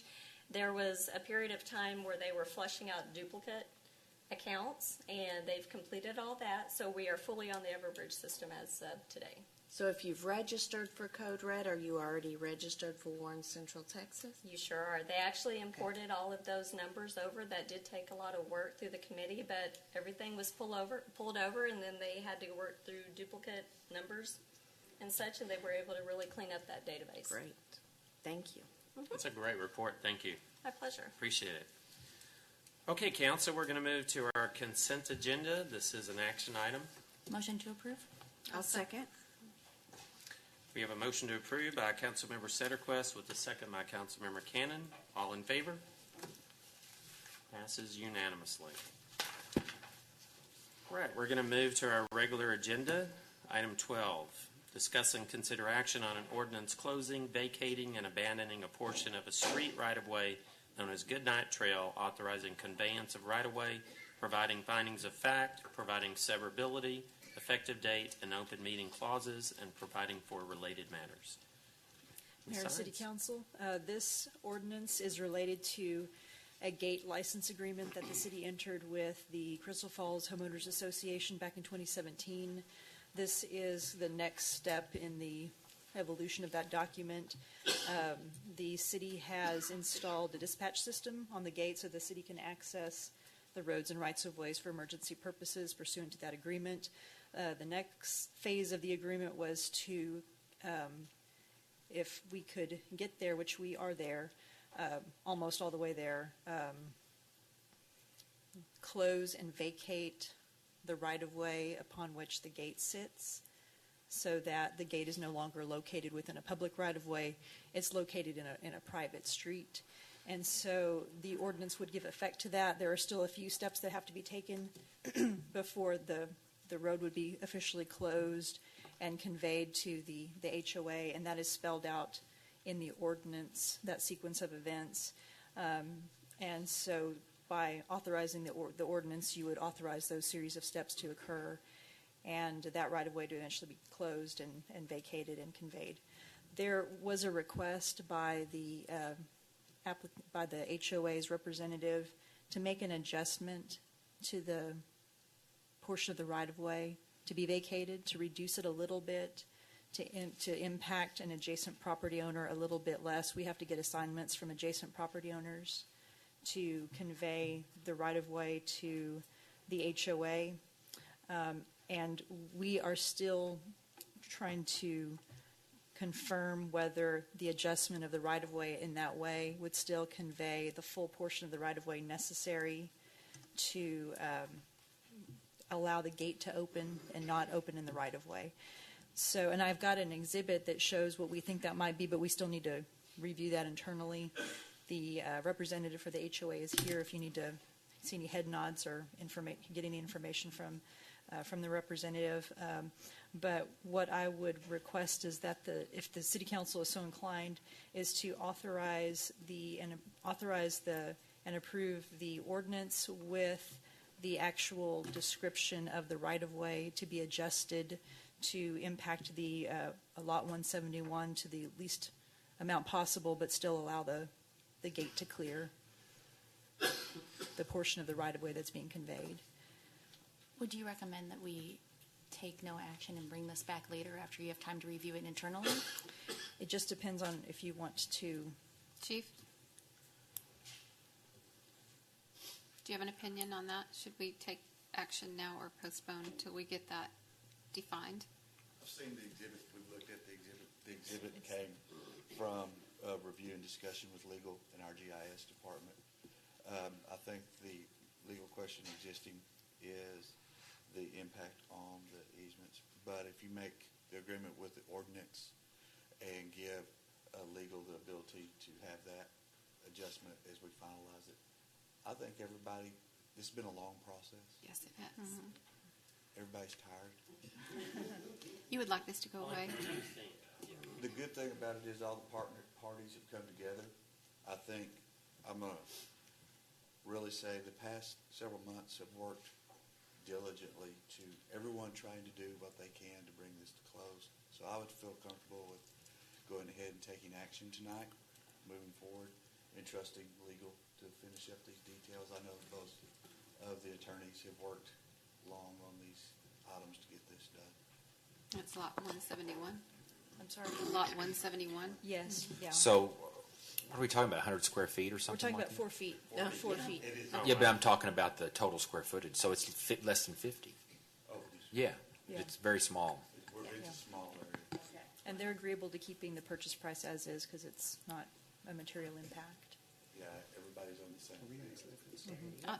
I'll motion to approve I'll with second. the stipulation that legal has some ability to adjust for Lot 171. Yes. I do have somebody signed up to speak, if I could. I'm sorry. We need to. Mayor, council, I feel like... Your name and address, please. Oh, I apologize. Joseph Eccles, 1907 Phantom Horse, City of Leander, Texas. I know all of you, some better than others, but we all know each other. Tonight I am standing here as a board member of the Crystal Falls Homeowners Association, and all I can say to Mayor the Chief is we just want to put this to bed. We thank you as we've progressed. It's been nice to see movement.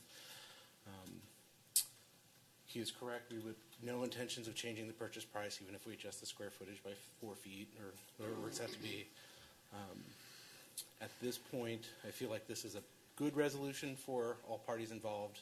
I would only encourage you to move forward and make this in the past so we can do other business with the city. So that's all I had. Less than a minute. Thank you for your time. Thank you.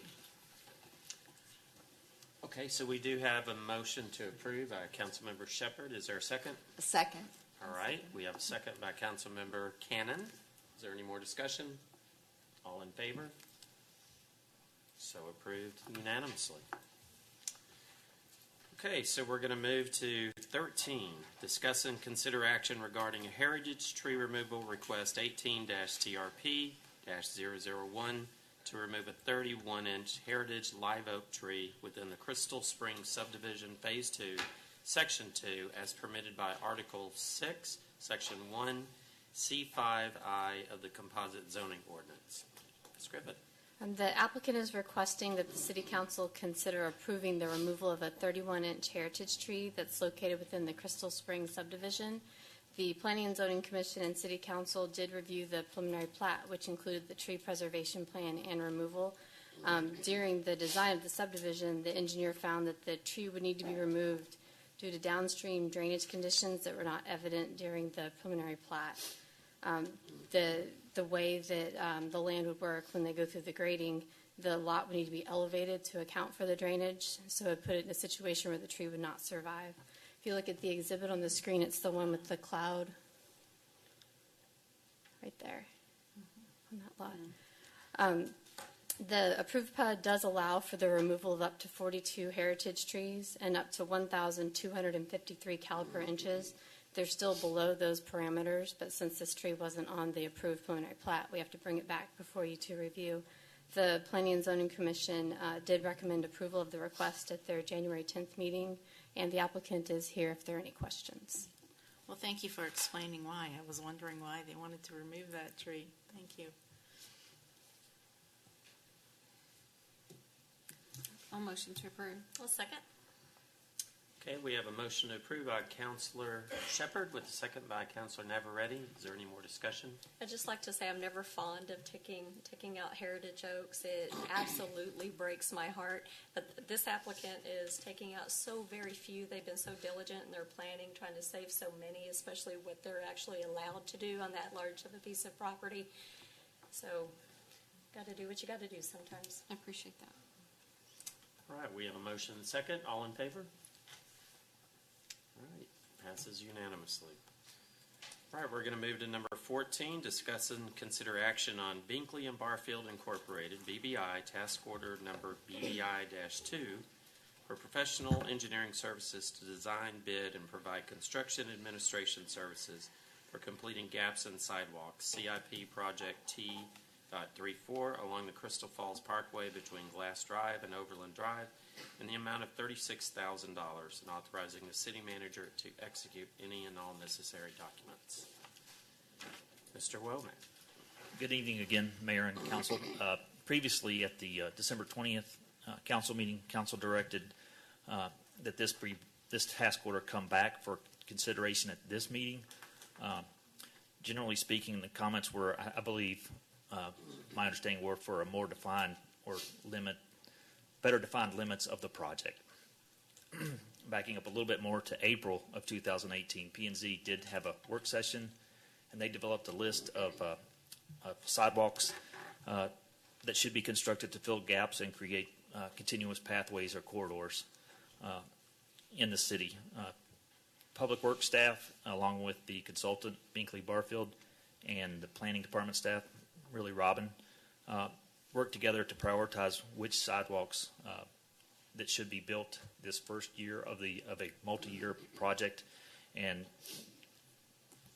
the ones you see in bold up here on the screen along Crystal Falls, from here's Lakeline Drive in the west. This is Overland here, Baghdad Road where it crosses Crystal Falls, and then continuing east almost to Highway 183, which is right here. That is Glass Drive right here. Generally speaking, that sidewalks will be built on both sides of Crystal Falls, but primarily on the north side or the westbound side. You can see it there. Again, the ones in bold, C1 through C12. our intent here is to build sidewalks in nearly fully developed corridors that otherwise if the city didn't build them, they probably wouldn't get built with development. Now, there are a few projects going on in this corridor, and we're aware of those, so we will not build or construct sidewalks that have pending or imminent site development going on. We're aware of those, and we've coordinated with planning to not build there. But then again, if we want to get this to make this a continuous corridor, so if there are small gaps, it makes more sense to build them and make it continuous than not. Previously, this task order was a little bit larger. It is $36,000. I'll be happy to answer any questions concerning this, but staff requests authorization for the city manager to execute this task order with Binkley and Barfield, task order number 2, in the amount of $36,000, and to execute any and all necessary documents. I had a quick question. Is that all right if I ask? What's the width of these sidewalks? It varies, but for Crystal Falls, it'll be in the 5 to 6 foot wide range. Now, depending on terrain, we want to do 6. We based our estimates on that, but that right-of-way has extensive landscaping and elevation changes, so it will vary, but generally speaking, 5 to 6 feet.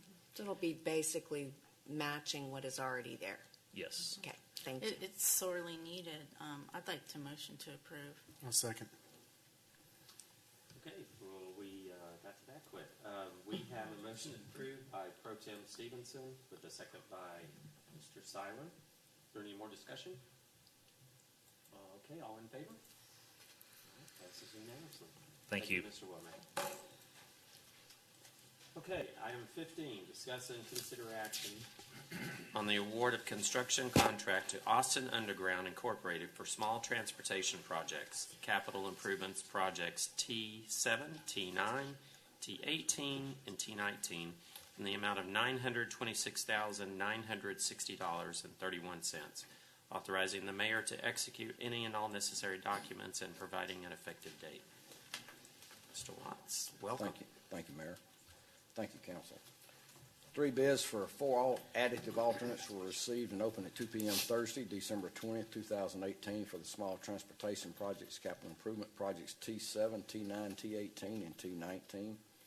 As noted in the FY19 Capital Improvements Program book, these capital improvement projects are additive alternate 1, northbound Ronald Reagan Boulevard right turn lane onto Journey Parkway. CIP Project T.7, additive alternate 2, southbound Ronald Reagan Boulevard right turn lane onto Crystal Falls Parkway, CIP Project T.18. Additive alternate 3, Leander Drive.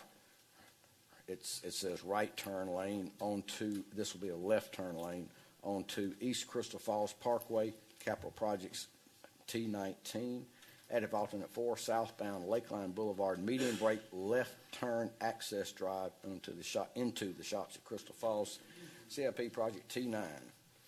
The low bidder for the combination of all 4 additive alternates, Austin Underground Incorporated, with a total bid of $926,960,31, as shown in the attached engineer's recommendation of award with bid tabulation. Austin Underground is a reputable Central Texas roadway and utility contractor with good references. Staff recommends award of construction contract to Austin Underground Incorporated for additive alternates 1, 2, 3, and 4 of small transportation projects, CIP projects T7, T9, T18, and T19 in the amount of $926,960.31, and authorization of the mayor to execute any and all necessary documents. Motion to approve. I second. I had a question or Yes, maybe ma'am. an amendment. On the Crystal Falls Reagan right-hand turn, that's huge. We need it. Thank you so much. We've got a lot of high schoolers that use that intersection during rush hour. So I'm wondering if, and I don't know if this is the best way to do it, but because Crystal Falls also heading east can do a U-turn, if in that new lane, turning right, there could be a sign that says no right on red so that the students aren't zipping through there.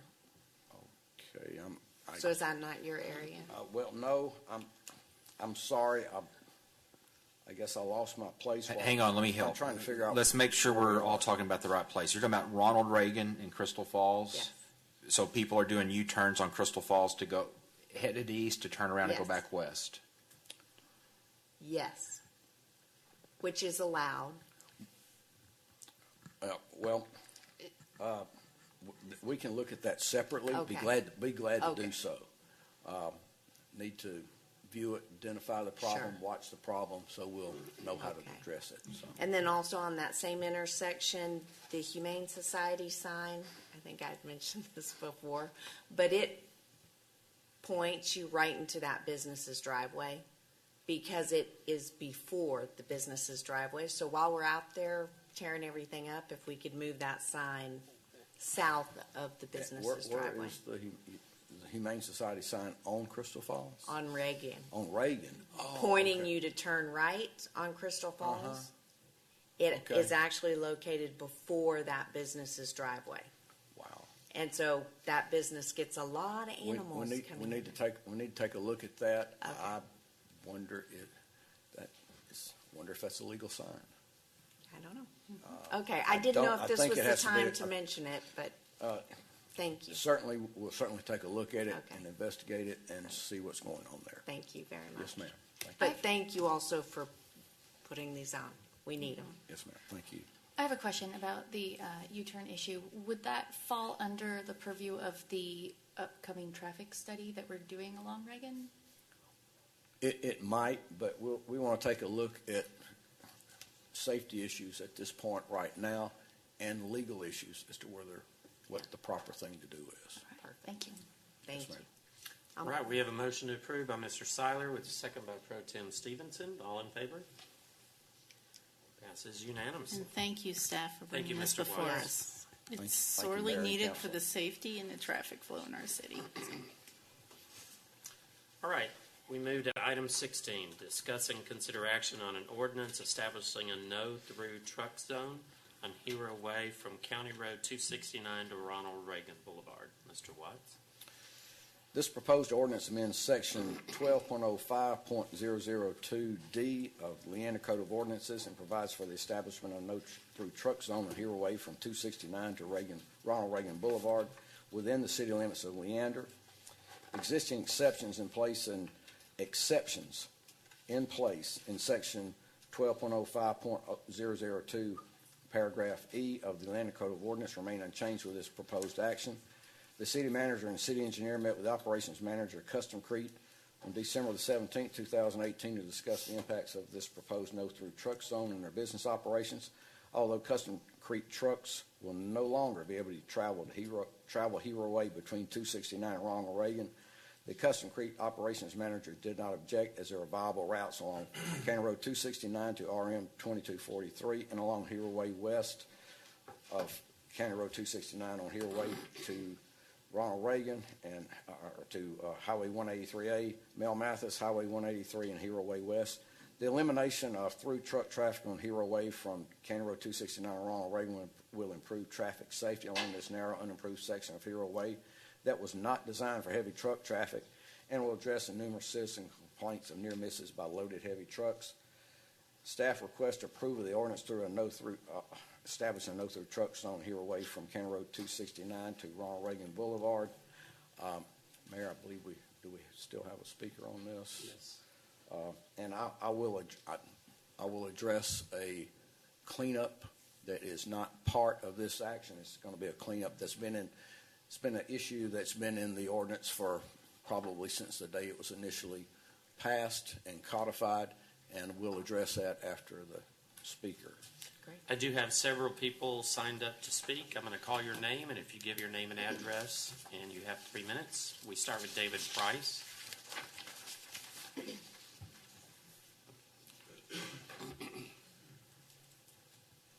Thank you for the opportunity. I'm David Price, 3556 Hero Way. Been there for 25 years. The road's basically been the same for 25 years. My wife works at Pleasant Hill Elementary, and she comes home every day for lunch. Probably 2 to 3 times a week, she's stopping because I live right on the little hill by Winding Oak. you have to slow down to turn in my driveway coming from Leander. Dump trucks blowing her horns, flipping her off. She's trying to turn in her driveway. Wow. I mean, I've been there 25 years. You see the mailboxes getting wiped out. I don't want to stop construction, but the trucks aren't safe to be on our road. Thank you. Thank you, sir. Next, we have Ryan Betts.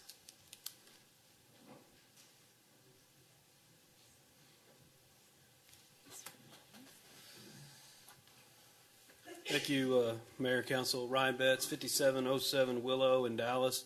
Thanks for the opportunity to speak here. Couple of ideas. One is a big picture idea that this area is Hero Way, the corridor between Reagan and 183A, is designed through the future land use plan of a large employment center. And as a representative of landowner in the area, we're sensitive to any limitations on traffic, including traffic that would be brought by large employers. However, the road is small, it's narrow, and perhaps speed is a factor in size of vehicles for the homeowners that are on the road now. And what we would be in favor of is a refinement on the ordinance that truly limits it to non-trucks, commercial trucks, which would be, in our eyes, bobtail trucks and larger. So dump trucks, 18-wheelers, and as small as a bobtail. So somewhere in the $45,000 to $48,000 48,000 pound gross vehicle weight. So the ordinance as written is in the 20s, and that would affect a 1-ton truck pulling a tandem trailer. And we think that's too restrictive for the use that's out there, whether it's agricultural, whether it's small business. Definitely understand the need not to have large 18-wheelers, dump trucks, concrete haulers, etc. But the idea of a 1-ton pickup truck and a trailer being too large for that road doesn't seem appropriate. And with that, appreciate your consideration and just the idea that it be a larger vehicle weight rather than a weight in the 20s. Thank you, sir. Thanks. Denise Lewis.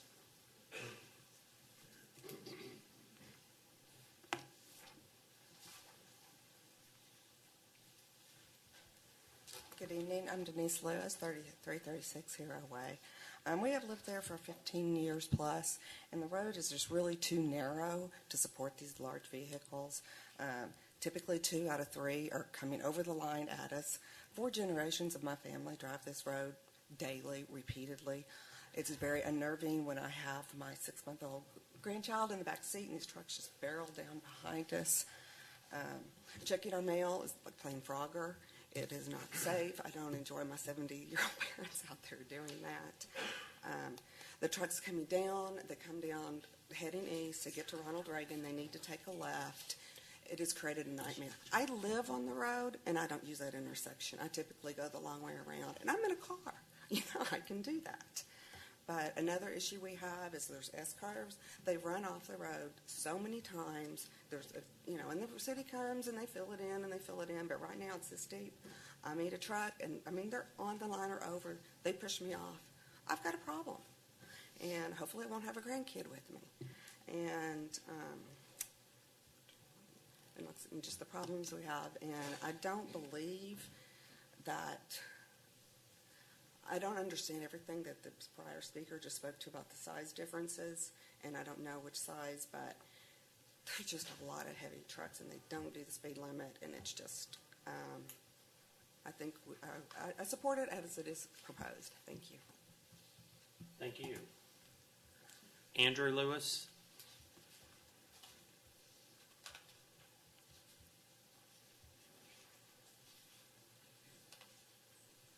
Hi, Andrew Lewis, 3336 Hero Way.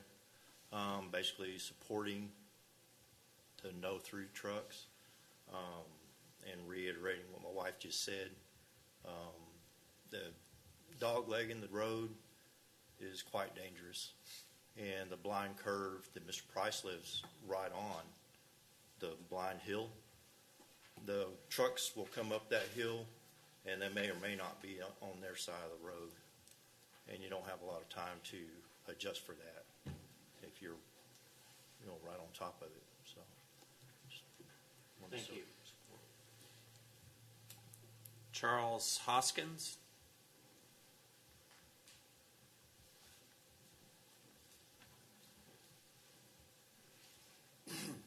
Hello, my name's Charles Hoskins. I live at 3350 Hero Way. I retired from the workforce in 2004, so I'm about the place quite a bit, in and out. And the only 2 times that I've almost had an accident has been with a head-on with an 18-wheeler. And Mr. Price spoke earlier about an incline shortly to his house. Well, there's also some trees that hang over that's off of the private property that hang over the roadway.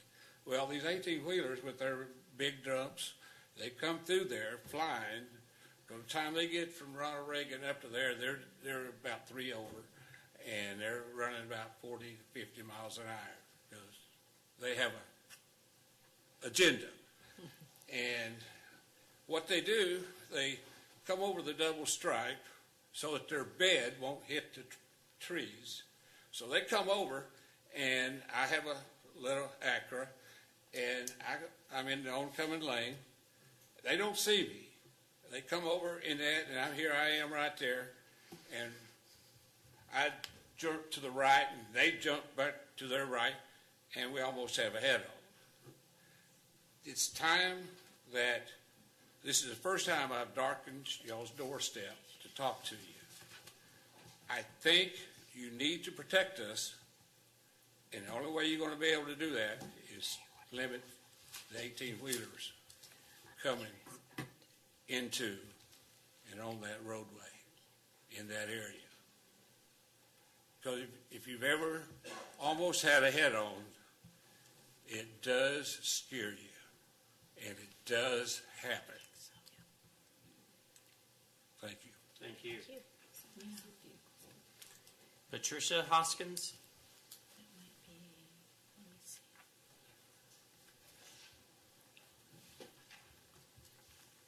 My name's Patricia Hoskins. My husband and I live at 3350 Hero Way, and we're here to support the ordinance for restricting the truck traffic on Hero Way.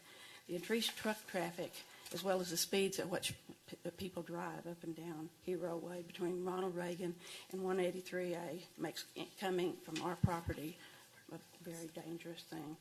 There are 28 separate driveways on that 1.5 mile stretch of people who live there and are coming and going. On our property alone, we have 3 families, and there's probably a total of about 16 times just coming and going every day. Just 2 days ago, an 18-wheeler locked up his brakes trying to avoid rear-ending my son as he was turning into that property. LCRA is in the process of putting power lines. We've talked to their contractors. They told me yesterday, said, we're afraid we're going to get killed out there. They're trying to park on the edge of the road, and we got people swerving around them. And unfortunately, until today, we very rarely see police presence on that road. Today, I saw 4 people getting tickets, so I'm glad they're there. But I don't understand why a 2-lane road has the same speed limit as a 5-lane road on Hero Way West, and I think the speed limit needs to be lowered also. But we definitely need to do something about the trucks. Thank you. Thank you. That's all the speakers I have lined up. Okay. One of the modifications that we would like to make to the proposed ordinance is, I believe we're going. If in your packet you have attached excerpt of section 12.05.002, and if you would go to paragraph E, exceptions, you will, paragraph E, exceptions, item A and B under paragraph 1. What we would recommend there is, if you see item B, that's that's not really worded properly. And so what I would recommend, and what will address Mr. Betts's concerns, now I do not agree with changing the gross vehicular weight as Mr. Betts recommended. I might note that the state of Texas limits single axle loads to a maximum of 20,000 pounds. If you've got a tandem axle, it's limited to 34,000 pounds. So I think we need to keep that where it is, the 22,000 as stated. But in paragraph A, I'd like to strike or and change that to and. Paragraph B. A under E1? Yes, ma'am. Where it says the manufacturer specifications or, that would become the manufacturer specifications and. And then under paragraph B, where it currently reads tandem with tandem sick or more axles, I would like for that to read with one or more tandem axles. That will clean up the ordinance, and in addition, it will eliminate an issue that, frankly, the way the ordinance strictly reads today, anybody pulling a tandem wheel trailer down the road would be illegal, even though it had a gross vehicular weight of 5,000, 10,000 pounds, because it says or as opposed to and in paragraph A. And that will address such things as some of our residents who may be driving an F-350 pulling a tandem axle 17,000 pound rated trailer will not be restricted from traveling down the road. Plus it cleans up an unintended, it certainly was never intended when this ordinance was initially passed years ago to prohibit tandem trailers of any size in any way. Mr. Watts, I have a couple questions. Yes, ma'am. E2A, under exceptions, shall not apply to vehicles that are owned, leased, used, or in service to the city, the county, the state, or the United States. We heard some discussion about dump trucks that are going along there.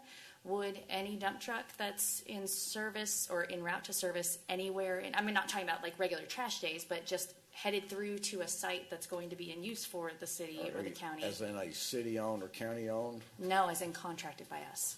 The trash Because it would be truck. in service to. They are agents of the city, and that consequent. I don't know. I want to defer to our city attorney on that issue. Thank you. You mean the trash trucks? Yes. But not like for regular weekly pickup, like going through to like a big job where they're putting down a dumpster or something. A haul off. Well, if they were depositing a dumpster anywhere within the restricted area, they would not be subject to the ordinance. Right. I'm talking about pass-through. I would interpret that to include trash service vehicles that have a franchise agreement with the city to provide that service on behalf of And we the want city. that. Yes. We just don't want them run off the road by the through ones. So, was there anything that we can... Sorry. I'm difficult tonight. No, you're not. Here's where I'm coming. You're talking about, say, for example, we've got one of our franchise trash hauler is going to take a loaded truck and go down Hero Way West from Baghdad Road or whatever and hit Reagan. Well, my recommendation would be that they would go to 183 or 183A and hit 2243. Right, but we wouldn't have any teeth to make them do that, according to this. According to, it depends on what city attorney just said. That's correct. So. Well, yes and no. The police wouldn't be able to write them a ticket, but they work for us. So if that's an issue, we can tell them to stay off. Right. Okay. Right.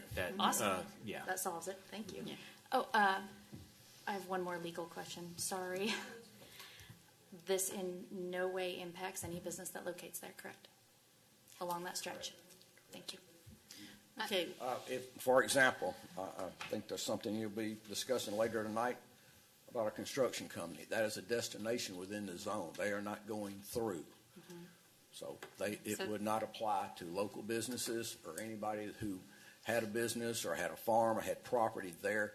When you're going to a destination, does not apply. That is an exception. So the same applies to the KOA there? Yes. Okay. So I'm sorry. just to help everybody understand, in order for someone to be written a ticket here, it's not that the police see, say, an 18-wheeler in the middle of Hero Way, they've got to follow it from one end to the other to show that they were just passing through and not making a delivery. Then when they do that, they can write them a ticket. Right. So, I'm sorry, I just wanted to say this has been an issue for the last 5 years, and we've had these conversations. My concern is that the city labeled the 1,200 acres surrounding this section of road as employment district, yet we didn't put any plans to fix the road or pull utilities. And so I understand we'll be working on that. That'll be great. We really haven't had any commercial business move in that sector. What I've heard is because of the roads and the utilities. So this, to me, is a temporary patch. Well, it's an interim until we have a improved roadway, which will be a multi-lane facility of some nature. That's right. I just want and I would like to know. address, we did look at this in 2013. We couldn't do it because there was no connection from 269 to 183A at that particular point in time. So that would have put the concrete people out of business. And we can't do that. Or would have given them a bad option of hitting the intersection at 269 and 2243, which is often blocked by traffic at the signal. Right. Can I just add one more thing? First of all, I've driven this road, and it is pretty precarious to get in and out of any of those driveways. You kind of have to have some blind faith and a little prayer pulling out there.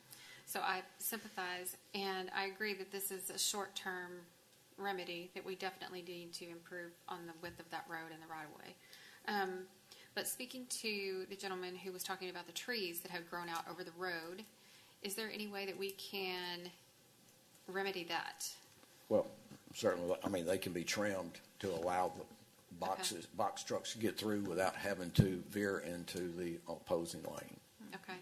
Well, I would like to make a motion that we approve this with a modification to section 12.05.002, E1A to end with and instead of or, and B to say with one or more axles, and with one or more tandem axles. Tandem, yes. Sorry, skip the word. Second. One or more tandem axles. And then do we add verbiage here regarding trimming those trees back, or how does that? I think we just ask our Public Works Department to take care of that and not make it part of the ordinance. Okay. Additionally, I would like to make sure that we put out some kind of public notice about this change so that There will be a grace period of approximately 2 weeks in talking with the police department about highway enforcement. If our message boards are available from Public Works, we can certainly put the message board up, Pat. At least so we can start warning them, Yes. so they don't get It doesn't do any good if nobody knows. You've got to give people a fair chance and fair notice. Right. So, And there's signs that go up. Okay. yes. I'll second. Oh, you got it. I'll second. I'll second. Tie there. Okay, we have a motion to approve with conditions by Councilmember Shepherd, with a second by Mr. Seiler. All in favor? All right, passes unanimously. Thank Thank you. y'all. Drive Okay. safe. Yes, be careful going home. All right, number 17, discuss and consider action on increasing the Tax Increment Reinvestment Zone, TIRZ number 1 project plan budget by 20%, sponsored by me. So as people up here know, we have a area that is under our TIRZ, which gives the developer the ability to be reimbursed from the taxable value created from what he builds. We have a time set at 2031 for this TIRZ to expire. So it presents some challenges for someone to be able to put forth a large project and be able to get reimbursed in time before 2031. It also has challenges on the budget, just being able to hit those marks. So you think about the dollar volume and then the time, and being able to work within those constraints and finance a massive project, for instance, like a North Line. So this action is something that the city has the ability to do under our TIRZ agreement, which I'm going to let Mr. Cagle talk about. And we can raise it up to 20%. So my intent is for us to raise it by the 20% that the city is allowed to do in order that we can help jumpstart some of these projects like a North Line. So with that, I'm going to let Mr. Cagle talk about kind of whatever you want to talk about as far as the history and then what you guys did today. Yes, sir. Oh, well, I'll just start with that, Mayor and Council. This morning, the TIRZ Board did meet and did vote to approve this increase. So currently, there's a budget for reimbursement of about $60 million in the TIRZ, and so raising that's about $12 million. That doesn't mean that there's money sitting there waiting to be reimbursed. That means that if the assessed value grows enough to reimburse those developers, the budget is there. So this is an area that the city and the county came to an agreement that half of the tax rate generated off of the increase in property value from 2006, the day that the TIRZ was initiated, half of the city property tax and half of the county property tax stays in that fund to reimburse developers, or in some cases the city, for building public infrastructure in the TIRZ. And so, as we all know, since 2006, cost of construction have gone up significantly. So if you really look at it in real dollars, there's nowhere near $60 million if someone's starting a project today because of what inflation has done, especially construction inflation, which is a lot higher than the inflation numbers you hear on a monthly basis. So this helps make up a little bit of ground during that time. And so the board did approve that and recommend approval to the city council. And just so everyone knows that, you know, what makes these types of deals so attractive from the city's perspective is that we don't lose anything. We are giving up half of the tax value, or the taxes that are created by the improvements. So if there's nothing done, obviously, we're not taking it out of our taxes today, right? So just wanted to put that in. But with that, I'm going to make a motion that we approve raising it by the 20%. A second. Oh, I'm on top of things tonight. Wow, he is quick on the button tonight. Mayor, can we also at some point have a discussion about increasing the time that the TIRZ still has? So I think a future agenda item or something? Absolutely, and I think that is something that we're going to see action on. I think there's going to be an effort by our county commissioner. She has relayed to me that is something she will support, extending that, which will be a real plus for all the developments affected by this. So I have a couple of questions on that. I know that there was a vote previously by council to increase the amount, and that never went before the county commissioners. I understand that this doesn't have to, but isn't there an issue with things being paid off within the time frame that we still have, and shouldn't we? That's what he's, I think, getting at. I know, but shouldn't we get the time limit before we extend the amount?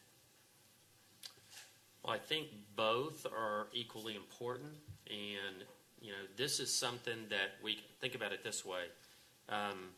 You know, if this passed and the time didn't change, it would maybe be impossible, but it would certainly make it, you know, imperative that somebody get development on the ground as soon as possible, obviously, to take advantage. But at least, you know, they have the ability to attract an investor based on a larger amount to be reimbursed.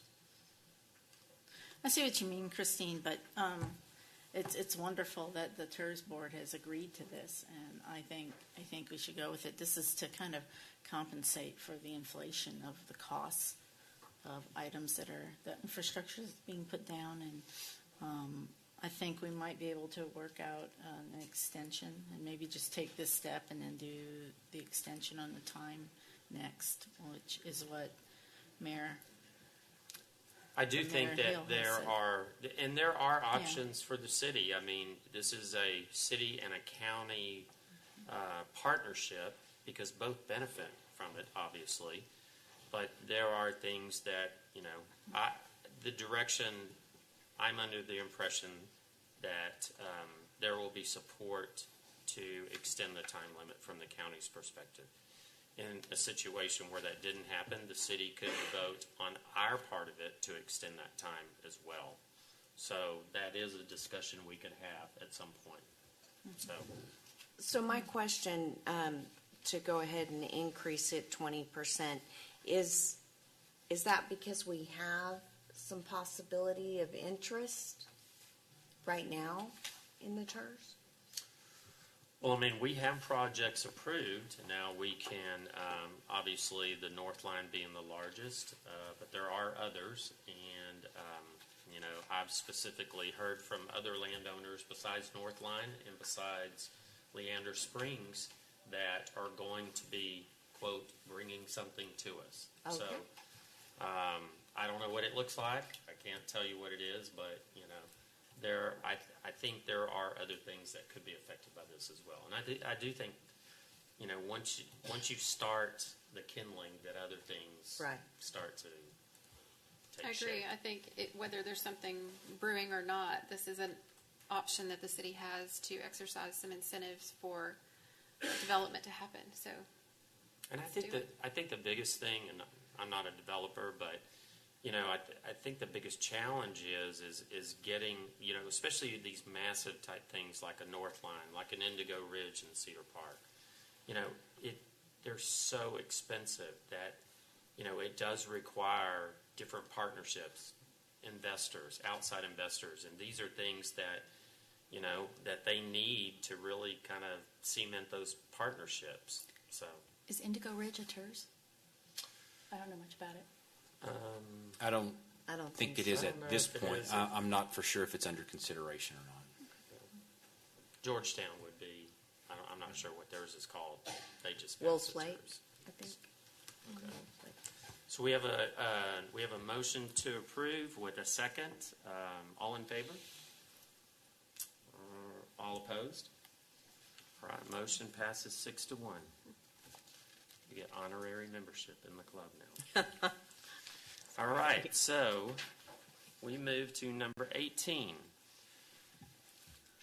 Discuss and consider action on buffers in the Lake Travis watershed and how the Lake Travis watershed should be calculated according to option 1 and 2 of the Highland Lakes Watershed Ordinance standards. For areas not draining to Lake Travis, 64 acres is the starting point, or 25 feet from the engineering floodplain to be used in instances where steep slopes clearly contain the riparian area to the creek bed. This is sponsored by me. This is a follow-up to our discussions before, and I had Seth, who spoke at our last meeting, is here to talk to us tonight about this. And in looking at the Highland Lakes Ordinance, this still addresses areas that drain into Lake Travis. It does, whereas our ordinance only included option 1. This will include what their ordinance said and give option 2 as well. And then in areas that do not drain into Lake Travis, where the topography is obviously different, I think it gives options that are more appropriate for those areas. So I am going to invite Seth up at this point, and we can ask questions. Mayor, while he's coming up, how does this differ than what we discussed at the workshop last meeting?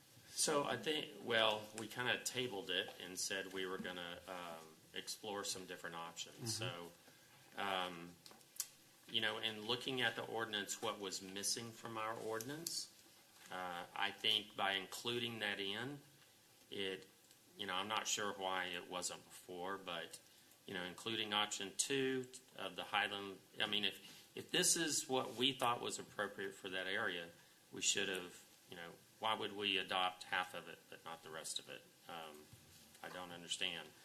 And then it also takes into effect those areas that don't drain into Lake Travis and where the topography is not challenging like Travis County areas.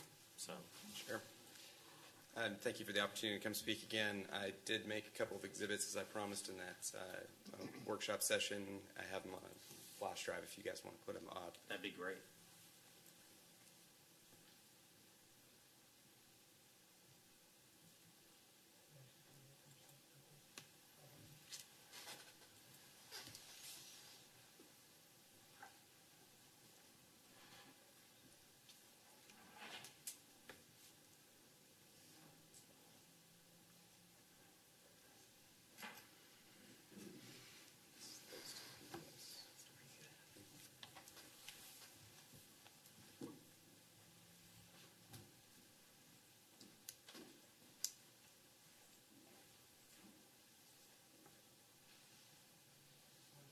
Perfect. The option that the mayor has suggested, I think makes a lot of sense where you have Lake Travis watershed following the El Surrey buffers. So we did 2 exhibits for the western watershed. A couple of the examples that I didn't see any that were in western, so I just went and picked the commercial tract in front of Treviso. It's on the east side of their entry road on the north side of 1431. That's this other exhibit here. I'll pull it up. That's this right here, where you can see just kind of a variety of buffers that are options. The floodplain is in the light blue. The buffer that you would be allowed to do under the El Surrey's HLWO is either that 300-foot buffer, which you can see a driveway and all kinds of improvements that are. It's a little hard to see. Sure. Can you use that pointer to sure kind of can. highlight where you're? How do I? This highlights it. In this watershed right here, where my hand is, that blue line is the FEMA 100-year floodplain. The yellow line is the 25-foot buffers. This creek center line is in the dark blue. If you followed the El Surrey's ordinance directly without that floodplain option, you'd have this 300-foot buffer, which is kind of the basis for y'all's riparian ordinance, which obviously this area, sorry, I keep hitting this wrong button. This area here, I mean, it's well outside of anything that could be normally considered a riparian area. It's outside of the floodplain. And it's well outside of the floodplain as well. And the definition of riparian is? The definition of riparian is generally on the slopes headed down toward the sort of normal pool of a creek. With running water? It could be intermittent running water or full-time running water.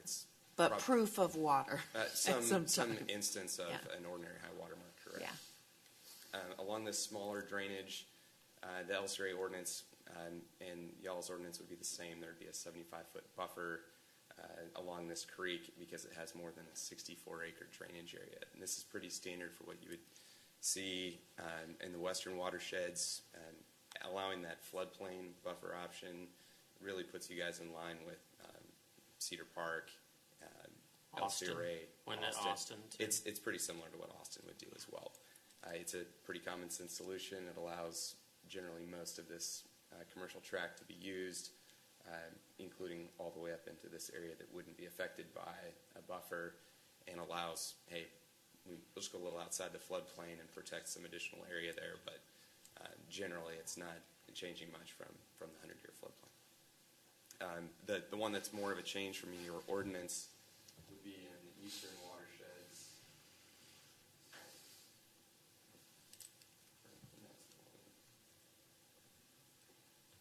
This is Sarita Valley over on Palmer. This one makes probably a little more sense as a discussion point. This discharge location has a 254-acre drainage area, which we're looking at right here. The floodplain, again, in light blue, the creek center line in dark blue. The buffer that would currently be required is in purple. The yellow buffer right here is the offset from the 100-year. As you can see, there's already been some type of clearing operation there that's somewhere in that range. If you're looking at this creek, there's a culvert there that crosses under Parmer. I don't think anybody would suggest if they're 100 feet away from that creek that they're probably anywhere near a riparian area. This puts you in line with the LCRA's Highland Lakes Watershed Ordinance, which says, yes, we want to protect these creeks, we want to protect the floodplain and then some, but that's where we'd like to stop, so that you'd have a pad site here and you'd have a pad site here, and it wouldn't be as impacted by that large buffer that's going, in all likelihood, well outside of a riparian area. I'm sorry, you said the light blue and the yellow are what? So the light blue is the FEMA 100-year floodplain. The dark blue is the creek center line. The purple is what the riparian buffer would be under your current ordinance. The yellow would be what would be allowed under the LCRA's Highland Lakes Watershed Ordinance. Thank you. So those are just two examples. These drainage areas, this is a pretty large creek. A 254-acre drainage area will have a 100-year CFS that's a 1,000 CFS. I mean, that's a big drainage area. What it also does is it doesn't start until 64 acres, which when you get over onto the topography along Parmer, it's generally relatively flat, rolling terrain. 64-acre drainage areas happen very quickly and can be impacting things where it's more of call it a little bit of a drainage channel through what used to be an agricultural field, which probably isn't appropriate to protect with the riparian ordinance. Again, that 64-acre drainage area kind of puts you in line with what the City of Austin and Travis County require in that area. The LCRA's Highland Lakes Watershed Ordinance wouldn't be a good example there because that only protects western watersheds. The LCRA doesn't regulate anything that's that flat in those areas. Happy that we could put together this little example for y'all. If you have any questions, I'm happy to answer them. So our current ordinance has a 5-acre drainage area. Correct, which aligns with the LCRA's Highland Lakes Watershed Ordinance. But the one you're suggesting is a 64. That would be for areas that don't drain to Lake Travis. Okay, got it. Which is, in fact, really the vast majority. The vast majority of where we are. Leander's. That's right. City limits and ETJ. Basically, what we did was we took something that really applied to a small section of our town and took it to all areas of the town. Not necessarily that necessarily needed it in areas that aren't the same as in western Leander, right? Yeah, I'm very familiar with the guy who wrote the Highland Lakes Watershed Ordinance, Eric Harris, who's at the LCRA, and I think he'd be the first one to tell you that it's probably not very applicable for areas that don't drain to Lake Travis. So we currently have, of course, the 100-year FEMA floodplain set off for no construction, and then we've got a dedication to parkland, which is usually in addition to that. I think it's anywhere from 8 to 12% of the space you've got. And so in addition to that, our current ordinance is asking for a 100-foot setback from center. For the larger creeks. For the larger creeks. Yeah, but we are like already protecting through the FEMA floodplain in our parkland. For example, that is the FEMA floodplain. That would be protected, and then you'd have a buffer offset from that floodplain. And again, the riparian corridor could happen outside of a floodplain. The riparian corridor would typically happen well within a floodplain. Okay. The actual riparian corridor, the protected by ordinance area could definitely extend well outside of what would normally be considered a riparian corridor. That's been the complaints that I've gotten in. And just to clarify one thing, the buffer in yellow would extend up to Parmer in this instance with an engineered floodplain beyond the FEMA floodplain. That's what the LCRA's ordinance requires. So that width that you see where it ends, that would likely continue all the way up to Parmer. So you'd have protection for that creek all the way along. I'd like to make a motion to approve the modifications. I'll second. Yes, you may. Please do. There is no definition of engineering floodplain involved here. And what I would recommend is that for 64 acres and above, and I'm fine with this, is 25 feet off of the floodplain boundary, which the floodplain, FEMA floodplain is the 100-year storm. So the term engineering floodplain here should mean the 100-year storm, 100-year floodplain based on the floodplain based on a 100-year storm as determined by a drainage study approved by the city of Leander. That's, you have to have, We need a engineering definition. floodplain, I mean, is it the 1 year, the 2 months, the 500 year, whatever? Yeah. There has to be some quantification of the term engineering floodplain. Well, I have a question because wasn't P&Z supposed to go through this and kind of bring something to us? No, and that's go not through this where- and. No, we didn't No. end it like that. I'm sorry, could I Well, ask? I'm interested in kind of giving, because this is kind of one of those things that P&Z can do. They have a lot of smart people there, and they can go through this, and it would be nice for them to go through to make sure that this gets written up right and all the things are taken This into is a- consideration. This is exactly what it should have been all along. I mean, Well, what part of yeah. what part of it isn't? Yeah, but there's some questions as far as language here and what we're talking There's about. Well, that's Some that. details. You're absolutely right on the Yeah. floodplain, and maybe an easier solution there would be just to reference the Highland Lakes Watershed Ordinance, which has the exact language that you're referencing for the 100-year floodplain within the Highland Lakes Watershed Right. Ordinance. If you wanna- Minus the city of it's a very- Leander. I'm assuming theirs doesn't reference according to the city of Leander, so how do we? What it does. Why don't, based on what we're hearing here, why don't you ask us to come back with an ordinance that addresses each one of these issues and defines it properly and takes up any loose ends? We have to draft an ordinance Right. anyway. So I will withdraw my motion and motion for staff to do such. Well, can we go ahead and approve it based on your coming up with this? yes, Because sir. I mean, feel like that's what I'm. the horse has been Right. dead for quite a while. That's my recommendation. Okay. Is Well, I'm gonna make that's, a That's what motion. you're giving us. That's the direction that I'm going to make a assuming you're giving motion us to here. approve with, We have, she I'm has to sorry. rescind. she withdrew hers. hers. Okay. You need to withdraw your second. Okay, I'll withdraw my second, but I also, real quick, before you make your motion, along with the definitions of the Highland Lakes included, is that going to update our definition of riparian? I want them to be aligned, our definition of, That's why what we're doing. that's why my Not second just- motion was to have staff go back and. yes, not just the engineering of the floodplain, but also the definitions across the board. Is that already defined in the Highland Lakes Watershed then? Ordinance They then? simply call it a stream buffer in the Highland Okay. Lakes Watershed Ordinance. They Okay. don't reference. Don't use the term. They don't even use the term. Okay. Ms. Sines, are you good with all this? Don't bring her in. My motion was to direct staff to bring it back. That's, okay. Cleaned up and Yeah. We know Yes. what, Sure. we know what you want, and we'll bring it back to you next council meeting. Then I'll Okay. second that, yeah. Sure, I think that's fine. Thank you. Thank you. All right, we have a motion and a second. All in favor? All right, great deal. Thank you, Seth, for coming out. My pleasure. Appreciate it.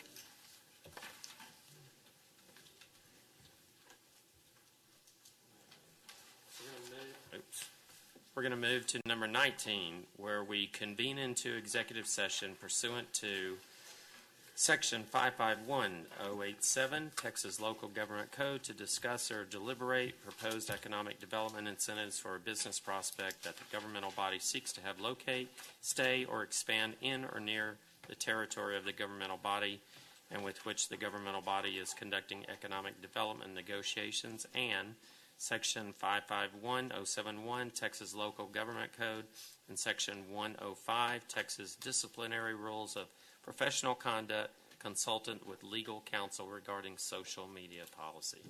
The time is 8:22. We are in executive session. Woke me up. The time is 9:38, and the City Council has now reconvened back in an open session and will take any action as deemed appropriate in the City Council's discretion regarding the executive session for items Section 551087, Texas Local Government Code, to discuss or deliberate proposed economic development incentives for a business prospect that the governmental body seeks to have locate, stay, or expand in or near the territory of the governmental body, and with which the governmental body is conducting economic development negotiations. Mayor Pro Tem Stevenson, do you have a motion? Yes, I do. Motion to authorize the city manager to execute a 380 economic development agreement with Liberty Civil Construction in a form approved by the city attorney for the economic incentives described in the executive summary for this agenda item. I'll second. All right, we have a motion and a second. All in favor? Passes unanimously. For items section 551071, Texas Local Government Code, and section 105, Texas Disciplinary Rules of Professional Conduct, consultation with legal counsel regarding social media policy. I'll make Lieutenant Stevenson? No action. That's what I was trying. We have a motion for no action. Do we have a second? I'll second. All right, all in favor? All right, council member closing statements. Councilmember Navarrette? Just want to say thank you guys for hanging in there. It's getting later. Wouldn't miss it. Glad to have you, Jody. Actually, I have no further comments. Y'all just have a great evening. Me too. I echo her sentiments. Thank you, and have a great evening.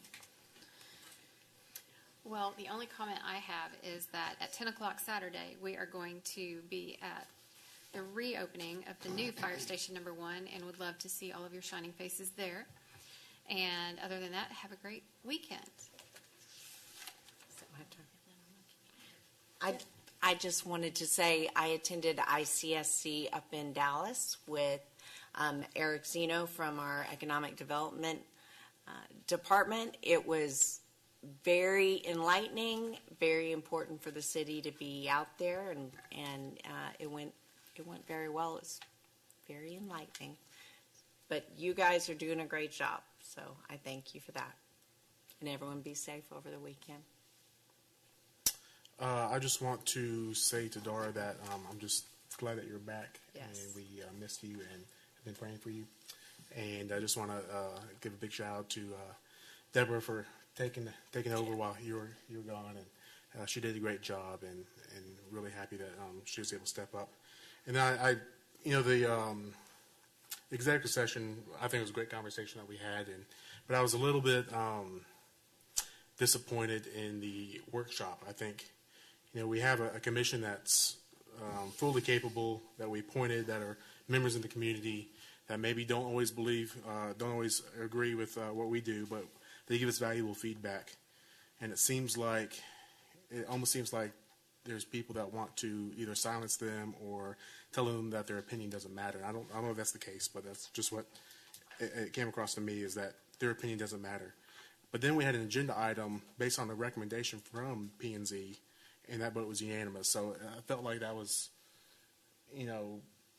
conflicting viewpoints that we gave tonight. So I don't know how to handle that, but that was kind of frustrating for me tonight. What a great lead-in. I know. I just want to echo what Shannon said. I hope to see everybody out supporting our fire department this Saturday as we open up with the new fire station number 1. And also Tuesday is the State of the City. Isn't it next week? It is. Absolutely. I'm looking forward to that. So hopefully we'll have some great events and hear some good news about the city. And eat. And I think, as everybody that comes to these things is seeing, that things are changing. And sometimes that's painful, sometimes it's not. And, people are going to have different viewpoints on the role of government and the role of institutions within government, right? So I think how we go forward, we are growing up as a city. I mean, we're 60,000 people. Things are going to change. The viewpoints that people have about government and how it relates to its citizens, I believe that's a healthy thing. So I think the fact that you evolve, certainly we're not always going to agree, but as Billy Gibbons said, if we both agree on everything, one of us isn't necessary. So with that, I'm going to ask to adjourn. So be it. Thank you. Good night.